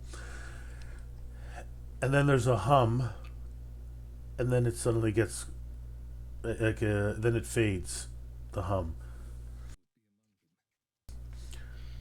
And I think Buzzard would run out the game, the ramp out to the outside, and run around and sort of just find all the panels that are made of black iron, because not all of them are, but we have a decent amount, and check them, see what's happening. And normally, when you as you walk by the ship, it sort of shimmers with that oil slick. This time, when you walk by it, it doesn't, and it looks like it almost looks like these, high end black, quote unquote, black iron ships that are just painted iron. It's that, real matte black, but this is you can still tell that this is different. It's a very, like, distinct matte black, not like a paint black, but like a Yeah, there's the the Vanta black iron, and then there's the painted black human metal, like where we don't have all of it, and but now it's all yeah. like, I've always pictured that our ship doesn't have painted black panels. Like, we were very adamant that we did not want this to look like a precursor ship. We were Oh going yeah, I to guess. we were going to only make it look like precursor if it really is black iron. And so we have some sort of non-black panels. Maybe they're probably dingy steel from use and stuff, but then the black panels, which we've accumulated a decent amount of throughout our travels at this point. But yeah, but there's no shimmer as you sort of walk around the ship like there normally would be. And so I run back in and say, the shimmer's gone. I think that means that we're probably not going to show up on radar as easy. Actually, I was curious. This is stealth tech, correct? Is what it's called. Yeah. Mhm. And When making a move against a oh, specific foe or threat to avoid detection, add +1. If you enter the fray by ambushing an unaware foe, add +1 and mark progress on a strong hit. so that's nice. So unless we upgrade it, yeah, it's +1. So that's why, yeah, it makes sense that not all our ship Mhm. is precursor black iron. So it's like it's giving us a little bonus, but not a huge one. Uh, so that's nice. Okay, what did you doubt So me at all? so I figure at this point we've kind of gathered either in the cockpit or around the mess table or whatever to discuss our plan while we're waiting on this. I'm sure, Snipe, you have a data pad or something that's linked to this tracker that you're sort of keeping an eye out for a signal. And I say, look, we've tried the ambush attack. We've tried the stiff arm. Their ships are too strong. I think our best bet, now that we have this new stealth tech, is to try to remain hidden and try to get into this, excuse me, into this mothership stealthily. Infiltrate, get in, and then take them out by hand. Find the leaders, take out as many people as we need to. I don't know how many people are on this mothership. We'll have to figure that out when we get there. But we know that the crew of the freighter was only what, 2-3 people. So I don't know how many freighter crews they have active right now. We've only seen the one, and there was about 3 or 4 people here at this local warehouse. So maybe their operation isn't quite as big as we maybe initially thought it is. We'll have to see. But let's get on the ship and we can go from there. And I'm trying to remember how we essentially did the tracking.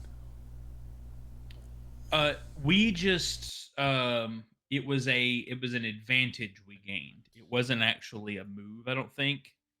I think we gained an advantage from our gather information or something, or like you did a tech, like what was it, Secure an advantage or gather information? Yeah, I think that's what we did. I think we did a secure an advantage. And then instead of taking the +1 to a roll, we said we were going to give ourselves the essentially give ourselves the initiative on the combat. We were going to enter the fray with in control. That's what it was. But I did notice that so what we're looking to do right now is undertake an expedition or possibly set a course. Since we have the tracking device, when you follow a known route through perilous space, across a hazardous terrain, or within a mysterious site, roll supply. On a strong hit, you reach your destination and the situation there favors you. On a weak hit, you arrive at a cost, or on the miss, you are waylaid by a significant threat. So I think even though we don't have necessarily have a pre-charted route, we do have this tracker. So I would consider that we could maybe take the set a course move, and if we get there with because I was looking at the stealth tech asset, the module, and the current mode we have access to does not grant us stealth on traveling. That's one of the other modes. But once we get to the destination, then we can try to hide with our stealth. Now, Roy also has the shade path. Is that right? Mm-hmm. Now, it says you may instantly cloak your form. I'm guessing that's personal. That's on himself. And I guess he has the supernatural powers, I guess. So that really wouldn't affect us on the ship. That would be more useful once we get to the destination. Right. And I think the next level expands your veil to immerse your surroundings. All adjacent spaces might count as us. Maybe the ship, that might be, well, yeah. But either way, that won't help us. But I think the fact that we have this tracker, instead of doing just the undertaking expedition, I think we can do the set a course instead. And then so I got a strong hit, right? Is that right? That strong hit was on your stealth tech module thing. Oh, right. Roll So really right, matter. I have to do the secure advantage first to see try getting a bonus. What is this bonus for? Okay, I'm trying to think. So we can just assume that the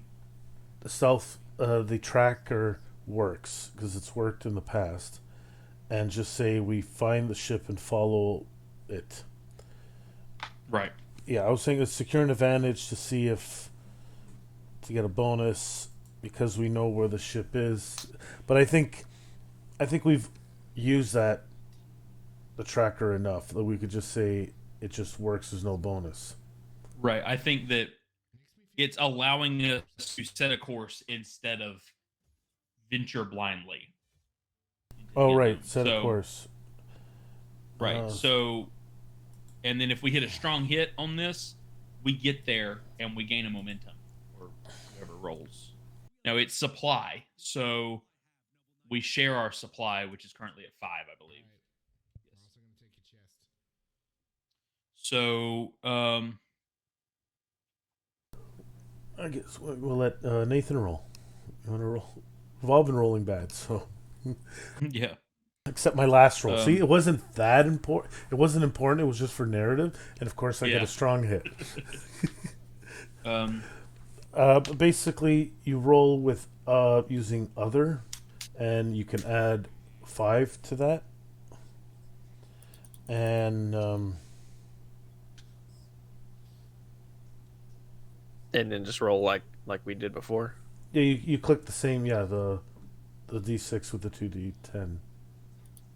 Strong hit. Wow. And I still rolled a 1. Thank God we had a 5. Strong hit. Oh, yeah.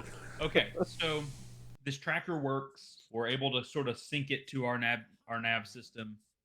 And our stealth tech seems to be working so far. We weren't detected on our way there. So I guess and that means you actually will gain a momentum. Yeah. Since you made the roll. We don't share momentum. Now, So I'm putting this the right direction on momentum, right? Because Yes. the number line's backwards in my mind. So you want a high momentum to replace your dice roll. Gotcha. You don't want a negative momentum because then you won't be replacing your dice roll. I'm just looking at this and going, that number line's backwards. Well, actually, if you're gonna fail anyway and you have a negative momentum, probably if you're gonna fail spectacularly, then yeah, and you have a negative momentum, use it so you can reset. And that's not how that works. Oh, and once it's negative, you can't. You can't reset it. You can't spend it when it's negative. It actually gives you. I think there are like, kind of like exhaustion. I think there are like negative momentum rules for like when you have a negative momentum.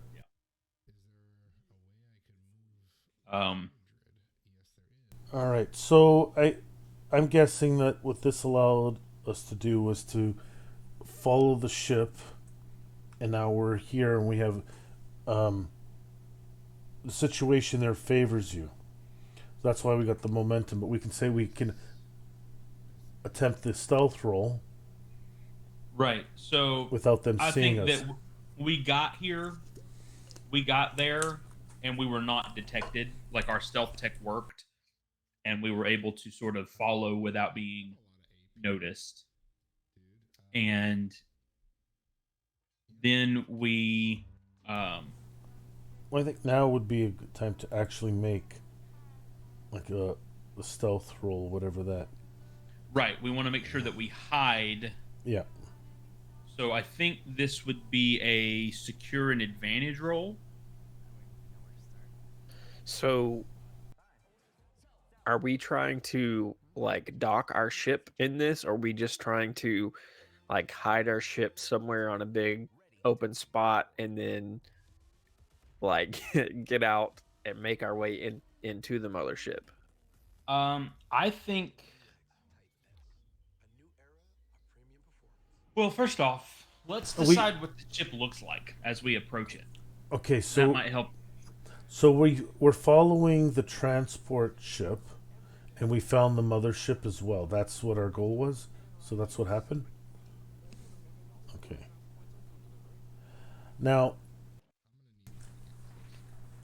Nathan. So I guess it might be good to throw you in a little more to the deep end.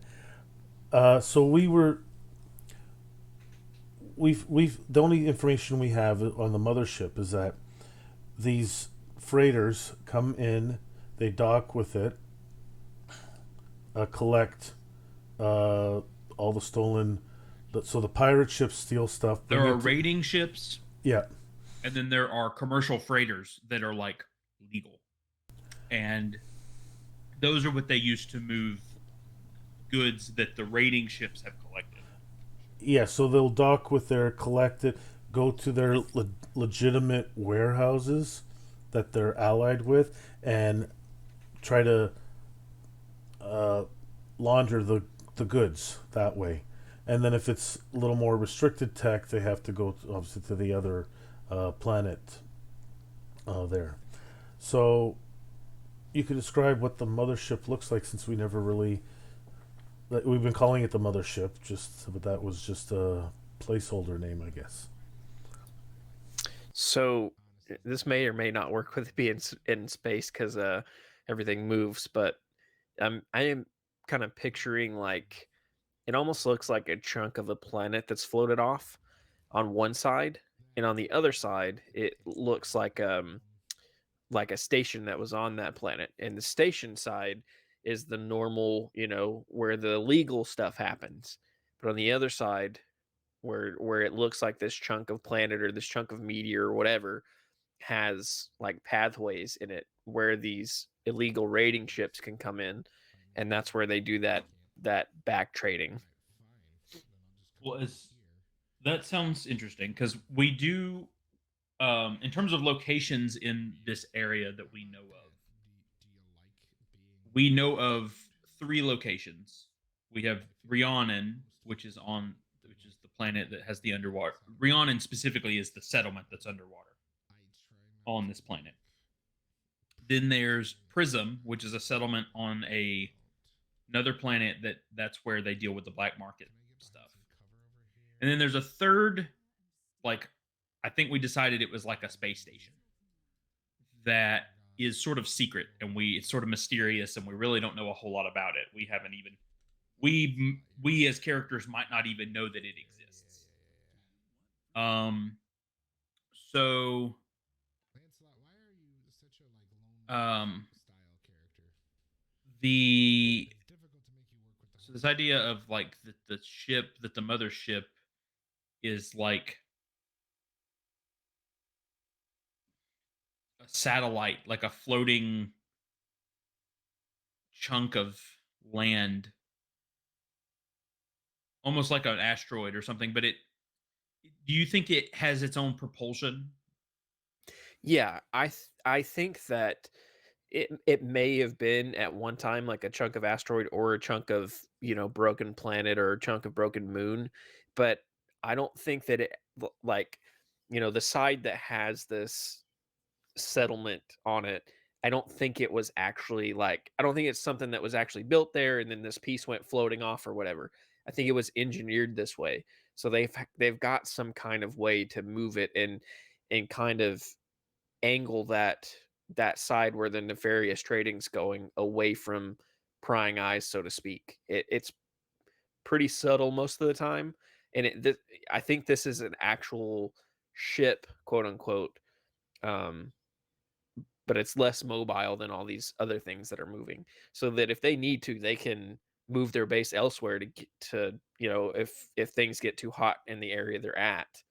Um, it may not be the easiest, most efficient, maneuverable thing, but I don't think Okay. this is actually like a settlement that's broken off from a planet and is floating in space. I think this is something that was kind of It's supposed to look put like that, together, but or it's yeah, not. yeah. Gotcha. Okay. So, then I guess our goal would be to find one of these tunnels that we could get into that's not occupied by pirates. So a place where we can set the ship down, we can get in to the facility, but maybe isn't as highly regulated as some of the other major tunnels are. Yeah, that's kind of what I was So, thinking, because That way we're not landing in like a main hangar bay or anything like that, and Right. it's a little less likely that we're going to be noticed coming through this side. So then I think what we need to do then is either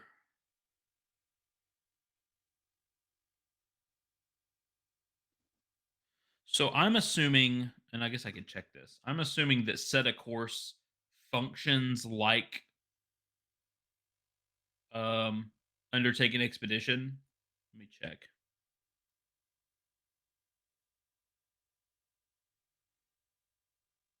Um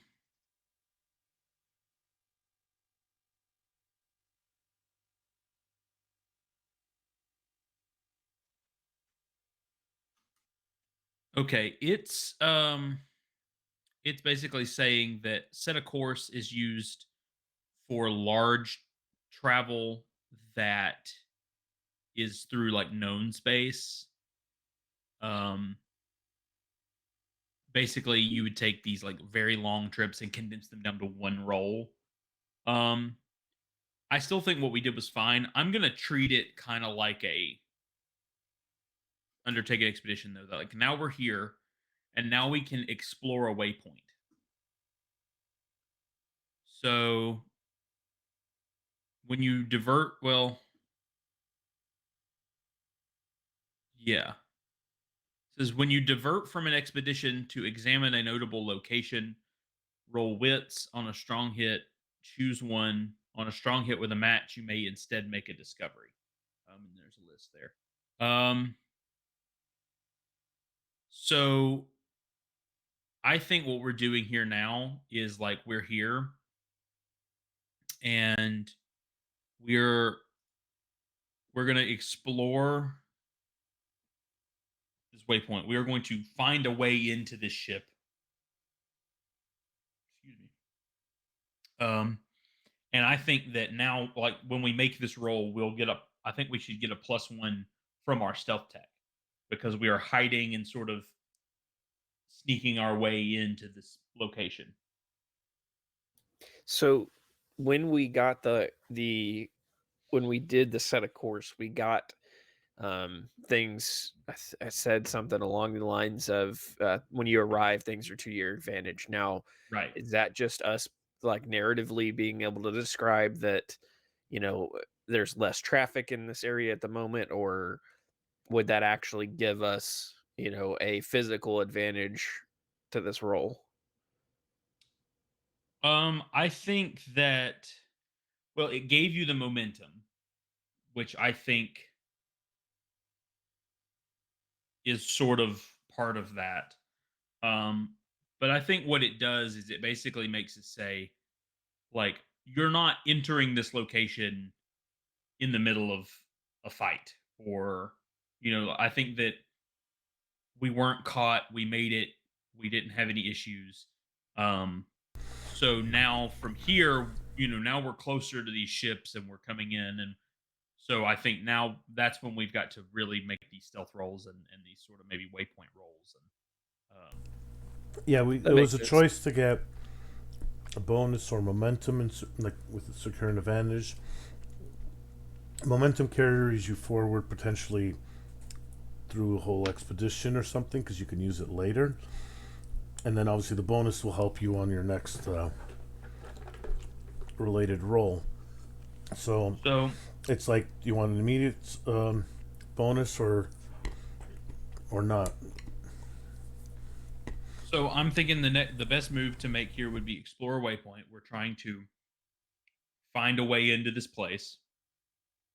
We can get a plus, so that's a wits roll, which I think the best person to make this wits roll would be Snipe. Maybe he's the one actually piloting us as we get close here. And then we get a +1 um, from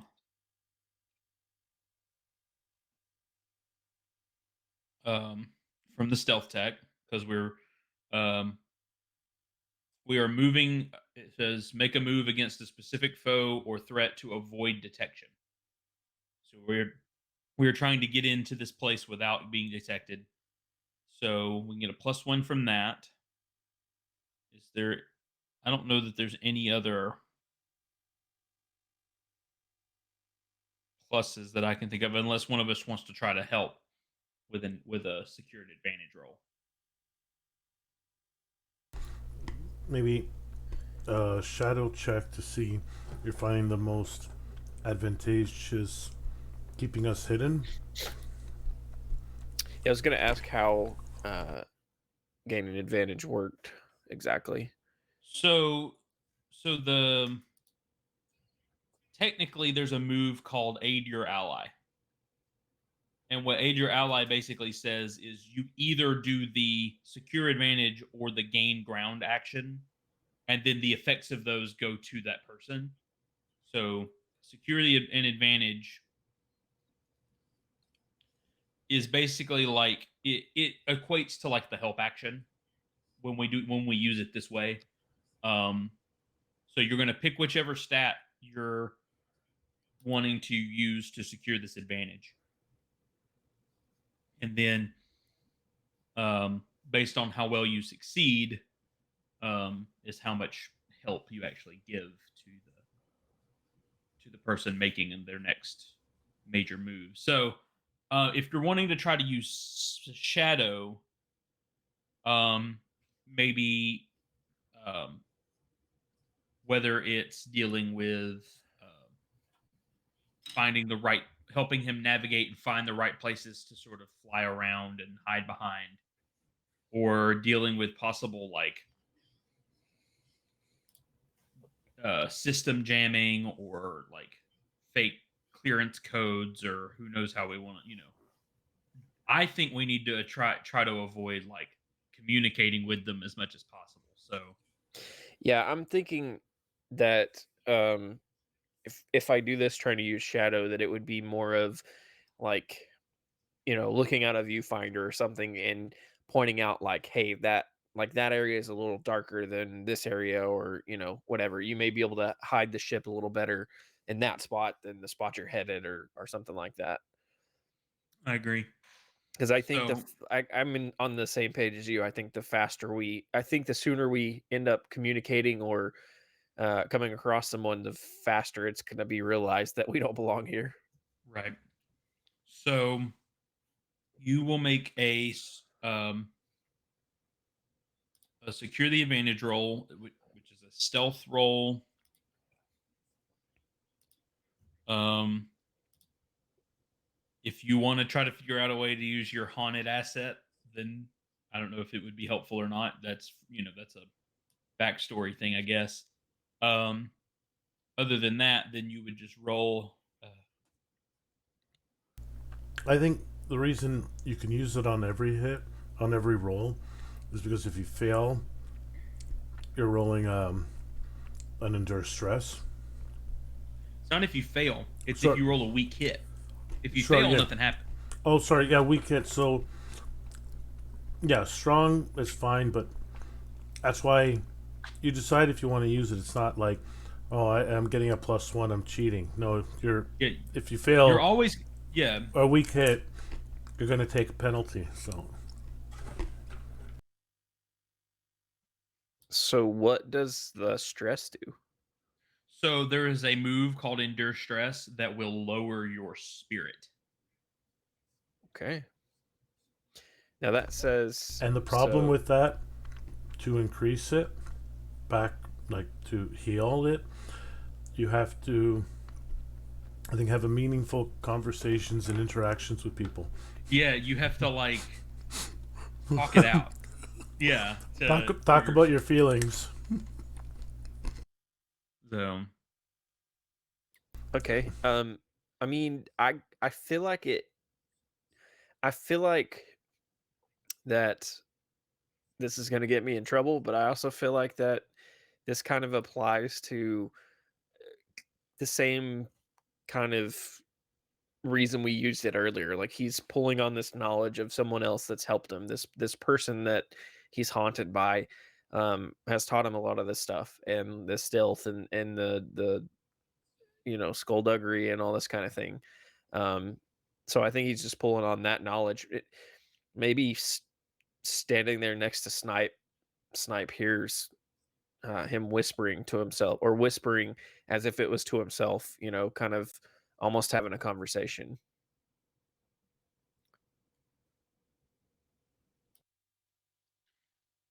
Okay, I think that's Shadow plus the +1. Strong Strong hit. hit. So, um,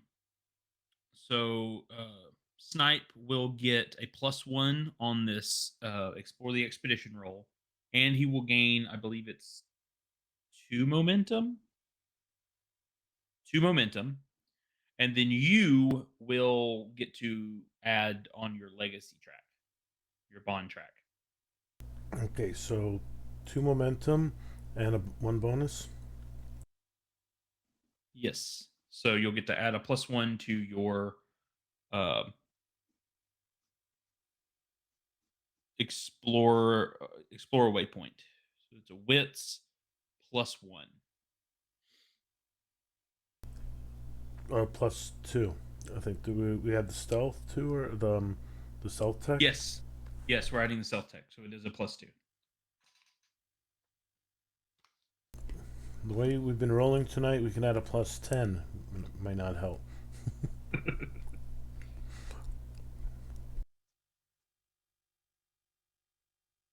Oh, strong hit. There we go. Strong hit. Okay, now it's not a strong hit with a match, so No. we either find an opportunity, so envision something favorable and you would gain 2 momentum, or we get to mark progress on the expedition, which I think is more useful in this situation. So we actually get to go to board the mothership, and we get to mark progress. I think that's the whole point. Yeah. We can describe it however we want, but we're trying to mark progress so that when we actually attempt to board the mothership, it's should be easier the more progress we Right. have. Now, here's the thing. We're pretty much here at the mothership. I feel like the next thing that we're going to try to do is board the mothership. So that would mean that we're going to roll this progress track. We're going to make a progress roll on this track. Yeah, we should be marked at 6 progress right now. So This might be. Here's the thing: if we fail this roll, then let's see, because it's called finish an expedition. When your expedition comes to an end, roll the challenge dice and compare to your progress. On a strong hit, you reach your destination and or complete your survey. Mark a reward on your Discovery's legacy track per your expedition's rank. 1 tick for troublesome, 2 ticks for formidable, a whole box for or 2 ticks for dangerous, and a whole box for formidable. Which is what we would do. On a weak hit, do the same, but there's a complication at the end of this, and we make the legacy track a rank lower, so we'd only get 2 ticks instead of a whole box. And then on a miss, our destination is lost to you, or you become to understand the true nature or cost of the expedition. So there's a major setback if we fail. Now we are currently at a 6, so that means that as long as the challenge dice roll 5 or under, So 50-50 ish. yeah, well, 50-50 per die. So Oh yeah. So I mean, we still succeed on a weak hit. There's just a complication, and we don't get as much benefit out of it. I mean, do we have a choice at this point? Like, yeah, I'm trying to think. I don't know if there's anything else we could do to gain more stuff here, unless we tried to explore this tunnel and do another explore waypoint. again, but it probably wouldn't be doing a stealthy explorer, because if we were already inside the asteroid you know, thing, tunnel thing. I say But we we try it, and if we fail, we deal with the consequences. We're the ones that tried to come out here and board this pirate ship. the question is, do we want to roll that today or in 2 weeks? I have another thought too before we decide that. What if our explore the waypoint that we just did was to get the ship in and land? And I don't know if there's a role we can make an argument for to get us like off the ship, um, ready to actually board. Like if there's some kind of Like transition actually here, getting through getting the inside the tunnels ship. and Oh, getting inside the facility. so we don't board with the ship. We we we personally Physically board. board. I mean, we could try to get down like I guess we need to do some tests to figure out if these tunnels are sealed or if we need to put on, you know, air suits, spacesuits, and actually walk through these. I assume that they're, at least on the surface, they're caverns. They're actually tunnels through the land before they open up into the physical facility. Yeah, that's what I'm thinking too. And I'm imagining that like this side is a little less like tech heavy, so maybe there is an area where you actually have to, walk down to, to some doors or whatever to To an get in, airlock, yeah. yeah, to get into the ship. Like it's not the same as flying a ship, through one of those Star Wars barriers and landing in a hangar bay kind of thing, because they don't want somebody to be able to get on the legal side of the ship and do a bunch of scans and be like, okay, what's all this in the back of the facility that's pulling all this energy kind of thing. Right. Um, in chat, Ipero, Iperogene, I don't know if I'm pronouncing that right, suggests that we could uh, also prepare a different way, um, wirelessly, and we can get like a map or patrol route, find a different entrance, So we could rehearse. do a gather information roll, maybe. Yes, I think That would work.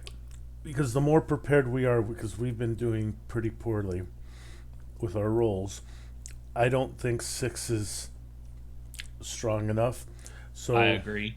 we could try to do a couple more rolls to try to maximize that as much as we can before we actually board the mothership. Then I would say let's gather information, and then based off of our gather information roll, we do another explore the waypoint where we physically use our information to explore and try to get our way into the ship. And then from there, we try to do the progress track roll. Since we're, I guess, both seem like it's both my rolls. Yeah, a wits and then a wits. So The question is, yeah, I guess Gearhead doesn't really work our way in unless we get closer, and then I try to hack into it, like modify their equipment. Um, right, that might like um maybe need to be part of our explore the waypoint. Unless you're gonna try to like hack their scanners and use them like their, to see if we can get some sort of visual map or something of the tunnels or, you know. okay, so it'll be a wits Hmm. +1. I'm trying to, I guess, hack their system and um, repurpose. I guess. Uh, so that's why I get the +1. I'm trying to get in and see if I can we're get close enough. information from their systems. Yeah. Yeah, they probably have like a short range communications for their ships for docking and purposes. So I'm trying to hack my way into that carefully. And maybe we're actually trying to get sort of an audio feed from their comms as well, so that we can sort of hear what they're doing and try to make it one way, try to make it only so that we can hear them. We don't want to show up on their comms. Um,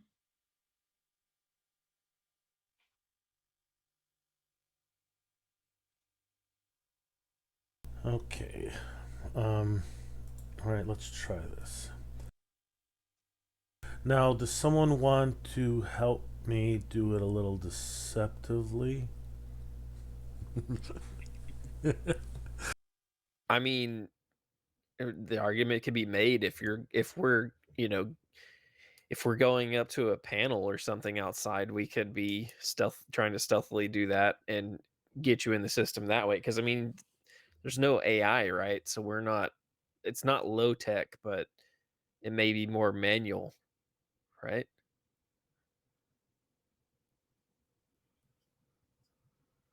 What do you think, DJ?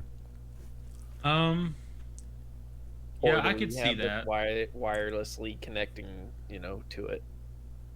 Yeah, I don't think. See, so there is sort of like wireless communication closer to the central um part of the forge. It's called the weave. It sort of functions like the internet. Um, but out here, they really wouldn't have access to that.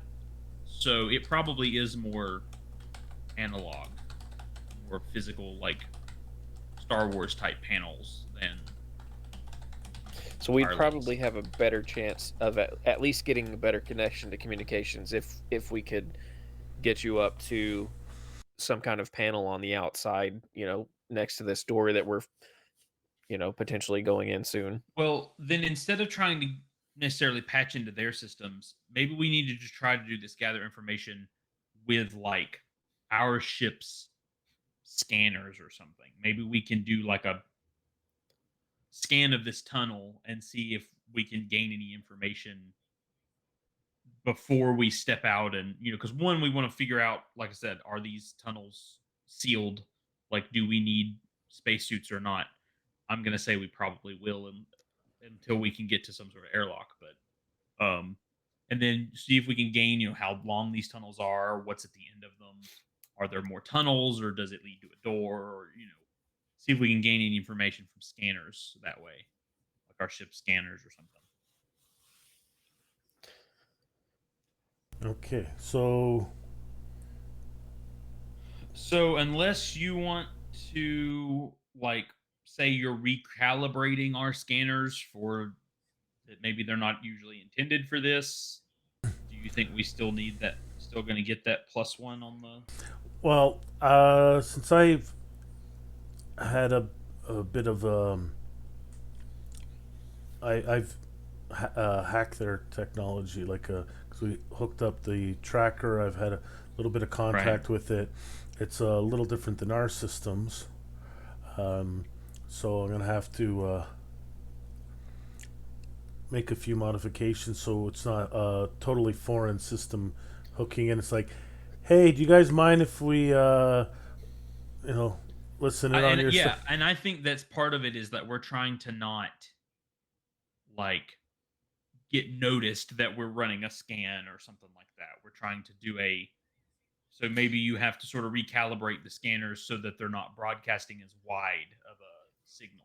Yeah, that's what I was gonna say. Maybe it's less of repurposing and more of like, you know, eh, adjusting to make sure that you're not, like you said, broadcasting like, "Hey, there's somebody running a scan back here," kind of thing.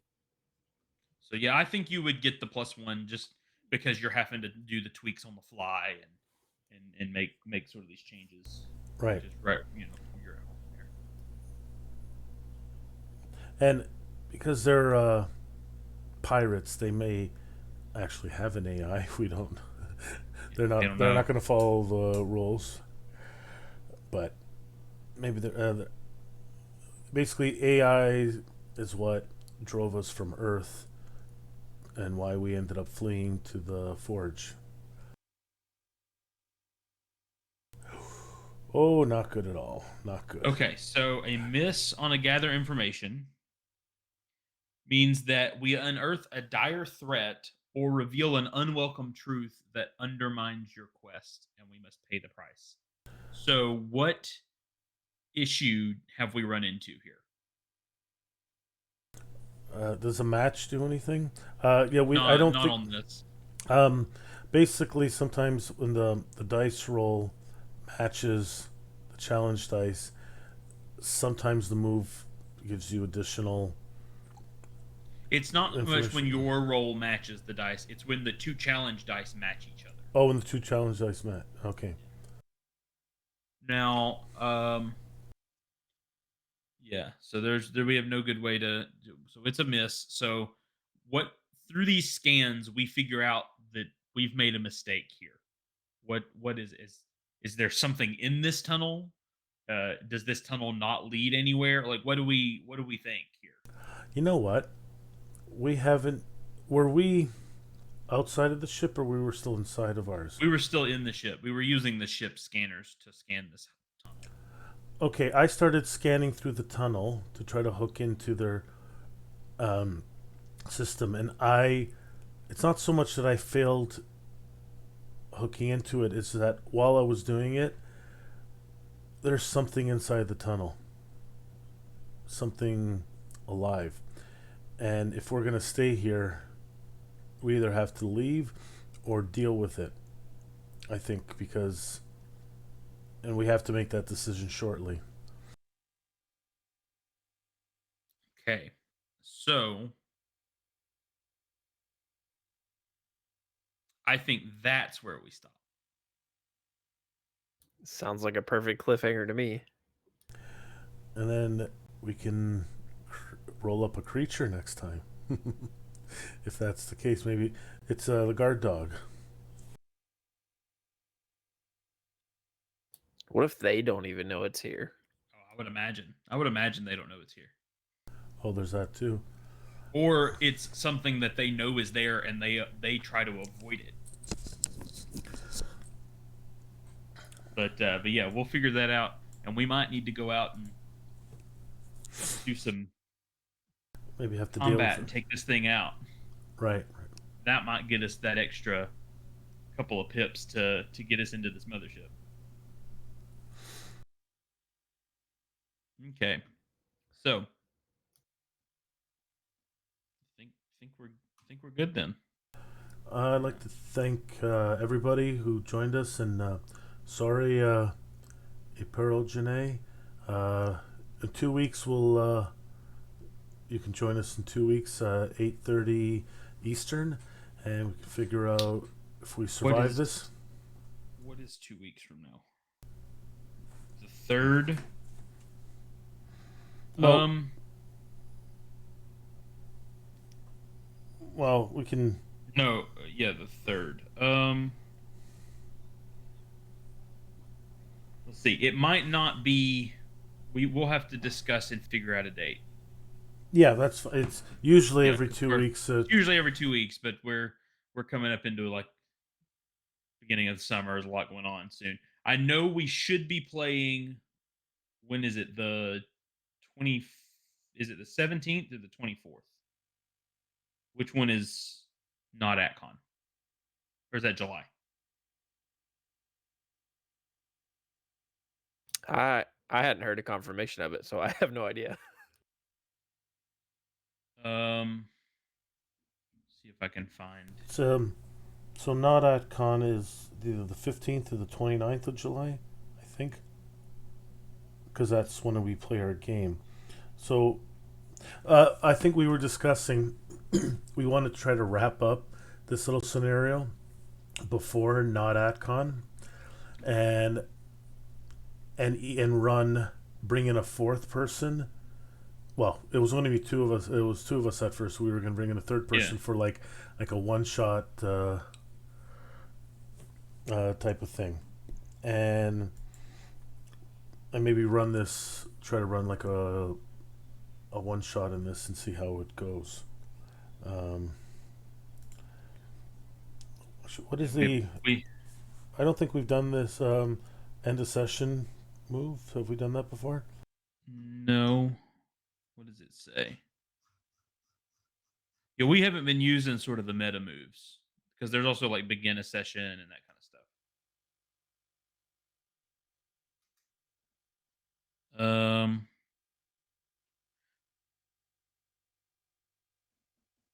When you end a significant session of play or chapter of play, reflect on the events in the game and identify any missed opportunities to make progress. If you strengthen your ties to a connection, develop your relationship. If you move forward on a quest, reach a milestone. There are quest connections or other situations you would like to give focus in your next session. Take a note of it and take a momentum. I think we marked most of the progress we needed to mark, and I don't think we had any real relationships that we needed to.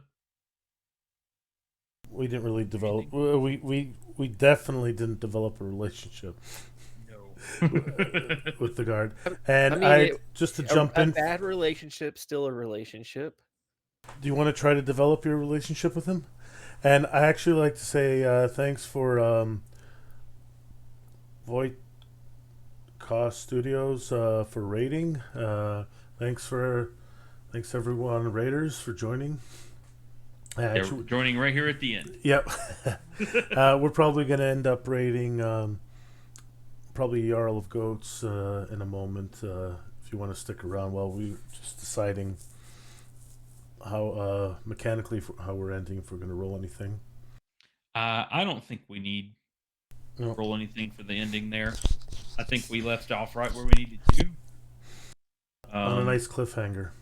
Oh yeah, and we will definitely as soon as we figure out what day we're going to play next, we'll make some sort of post either probably on the Ab Tab Facebook page, as well as other socials. The Ab Tab's probably maybe the Ab Tab Discord as well. Yeah, so we have a few sessions left. We're going to try to wrap up this arc, our first arc, and then normally in July there is Absolute Tabletop has a convention. They haven't been doing the in-person convention in a while. They've been doing an online convention, but they've been busy with their Kickstarter. So one of the members, Scott Oles, who has done quite a lot in the last little while, two successful Kickstarters at least. One with Maximum Apocalypse, the board game. He created an RPG, and then Beta Red, which is his own cyberpunk setting and system. And he's spearheading Not at Con. And I think that's in July. So we're trying. Yeah, I'll see if I can find it. Yeah, we're trying to wrap it up. Maybe take a small break. Maybe run something for Not at Con, and with Starforged, and maybe if all three of us want, we could bring in a fourth person for like a one shot, playing maybe different characters, same world, something like that. We'll probably have to come up with the scenario and then help and make a fourth character for whoever wants to join us.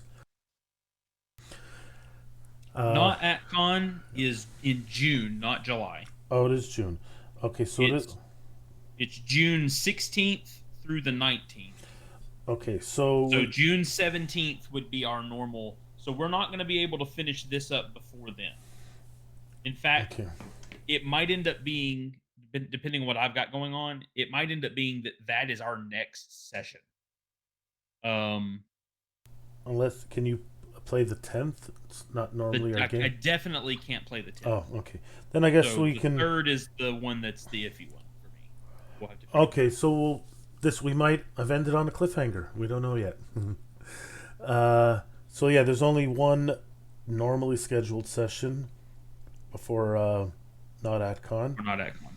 So yeah, we'll talk offline about what we're doing. We'll figure that out. Yeah. And you can join my Discord, and I'll update that as well.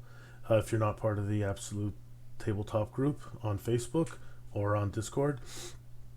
Yeah, And I will real quick before we end. I do want to do a couple of quick plugs again, while especially now that we might have a few people in the chat. One is Not at Con.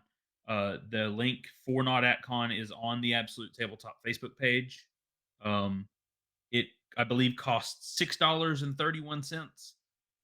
$1.31 of that is the like website fee, and then $5 of that goes to benefit what charity is it? Game to Grow is the charity, and I believe that's the charity that same weekend.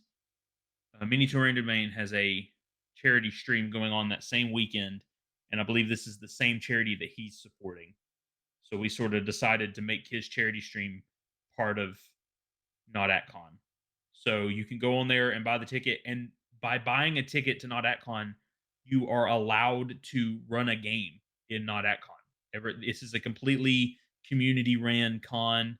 There's no official like opening ceremony type situation. There's not an official like featured channel. It's just you post on the website what games you want to run. People will join your games, and then you either stream them or you don't. And then if you do stream them, any proceeds could possibly go to that charity. Um, and then all of your badge fee will of course go to help the charity as well. The other thing I want to plug again is Starforged, which is now available on Drive Through RPG under, I believe, Sean Tompkin, I believe is what it's under, but you just search Iron Sworn Starforged, um, and it's now available for purchase, as well as the original Iron Sworn, which is a fantasy version, came first. I believe it is free on Drive Through RPG, if I'm not mistaken. The PDF is. I don't know if he's still doing physical copies for Iron Sworn or not. They may be print on demand. I don't know. They are working on the physical copies of Starforged right now between Sean Tompkins and Absolute Tabletop. They are working on that. So yeah, those are the main two things I wanted to plug. that's right. They have two Kickstarters. AppTab. They're working on their adventure kit for Battle for Arcturus Vault. yes, and then obviously for this Starforged as well. And I posted links in the chat for the convention, for Starforged, and for Iron Sworn. And yes, the PDF is $0. There's still soft cover and hardcover as well. $23.50 for the soft cover. I guess that's Canadian, and $28.50 for the hardcover. And you can toss in the PDF for free to those as well. There is 3 ways to play both Iron Sworn and Starforged. Guided, which with a game master. Co-op is what we are doing, and solo, which is by yourself. And when we were playing with just 2 of us, we rolled bad, so that's why we added Nathan to the group, and we're still rolling bad, but not as bad. Well, and certain bad makes the game more interesting. If you do everything you ever want to do, there's no conflict, and then there's no story. So, okay, we going? Yes. Yeah, I'm going anything else we need to do? I will be playing in a Dragon Grin one shot. It's gotten postponed a couple times. I don't know a date yet. I think it's going to be streamed. Probably not my channel, but I will post links for that. I believe it's Matthew McCarran who's running that, right? Yes, it is. And it's called Jagged Hook Crooked Grin. I think it's an existing shared Dragon Grin setting on the Absolute Tabletops group, is it? Or is It's on the Discord server. on the Discord server, and It's called the Ever-Growing Shadows of Grin, which is run by Tim Carney of Absolute Tabletop. And this game, I believe, is a side yes, sort of game from that. Yes, I forgot to talk to him if he's going to be streaming Matthew, or if they want it streamed and he's not, then I can possibly stream it, but I'll post links for that. Yes, we do a lot of absolute tabletop stuff, and most of the stuff I run uses their adventure kits, if not their actual settings and stuff that they have a part in making, like obviously Starforged, Mecha Hack, uh, Shadows over Drift Chapel, Adventure Kit. Hyperspace D6. Oh yes, The next playtest version, 2.8, I believe, just released on the Hyperspace D6 Discord it is today. based off of the Star Wars D6 from West End Games, but it is streamlined, and he's made some. First, it was just streamlined. Now he's made some actual changes to it. I believe that it's a little different, and it is a lot of fun to play, and very simple and easy to get into, and it's still free. Harbinger, And I believe yeah, it will always be free. yeah. If that is his plan. And then there's Harbinger Beta Test, which is their science fantasy D&D setting. New classes, their pseudo magic system as well is different. It is a lot of fun. You have 3 classes, level 20 in each of them, and there's a lot of lore already included in that. Can't wait for that to get released. I believe the Kickstarter for that is happening fourth quarter this year, I think. I'm Or first quarter next year. Yeah, it's been delayed a little bit with different things. So I think once they get their current Kickstarters done, they're gonna ramp that up as well. And obviously, Mecha Hack, if you like, based off of Black Hack, and you like mechas, but you can. I've played a Mad Max scenario as well in that with the vehicles, so it's a lot of fun. Um, is there anything you want to plug, Nathan? Anything you're running, playing? And you're muted.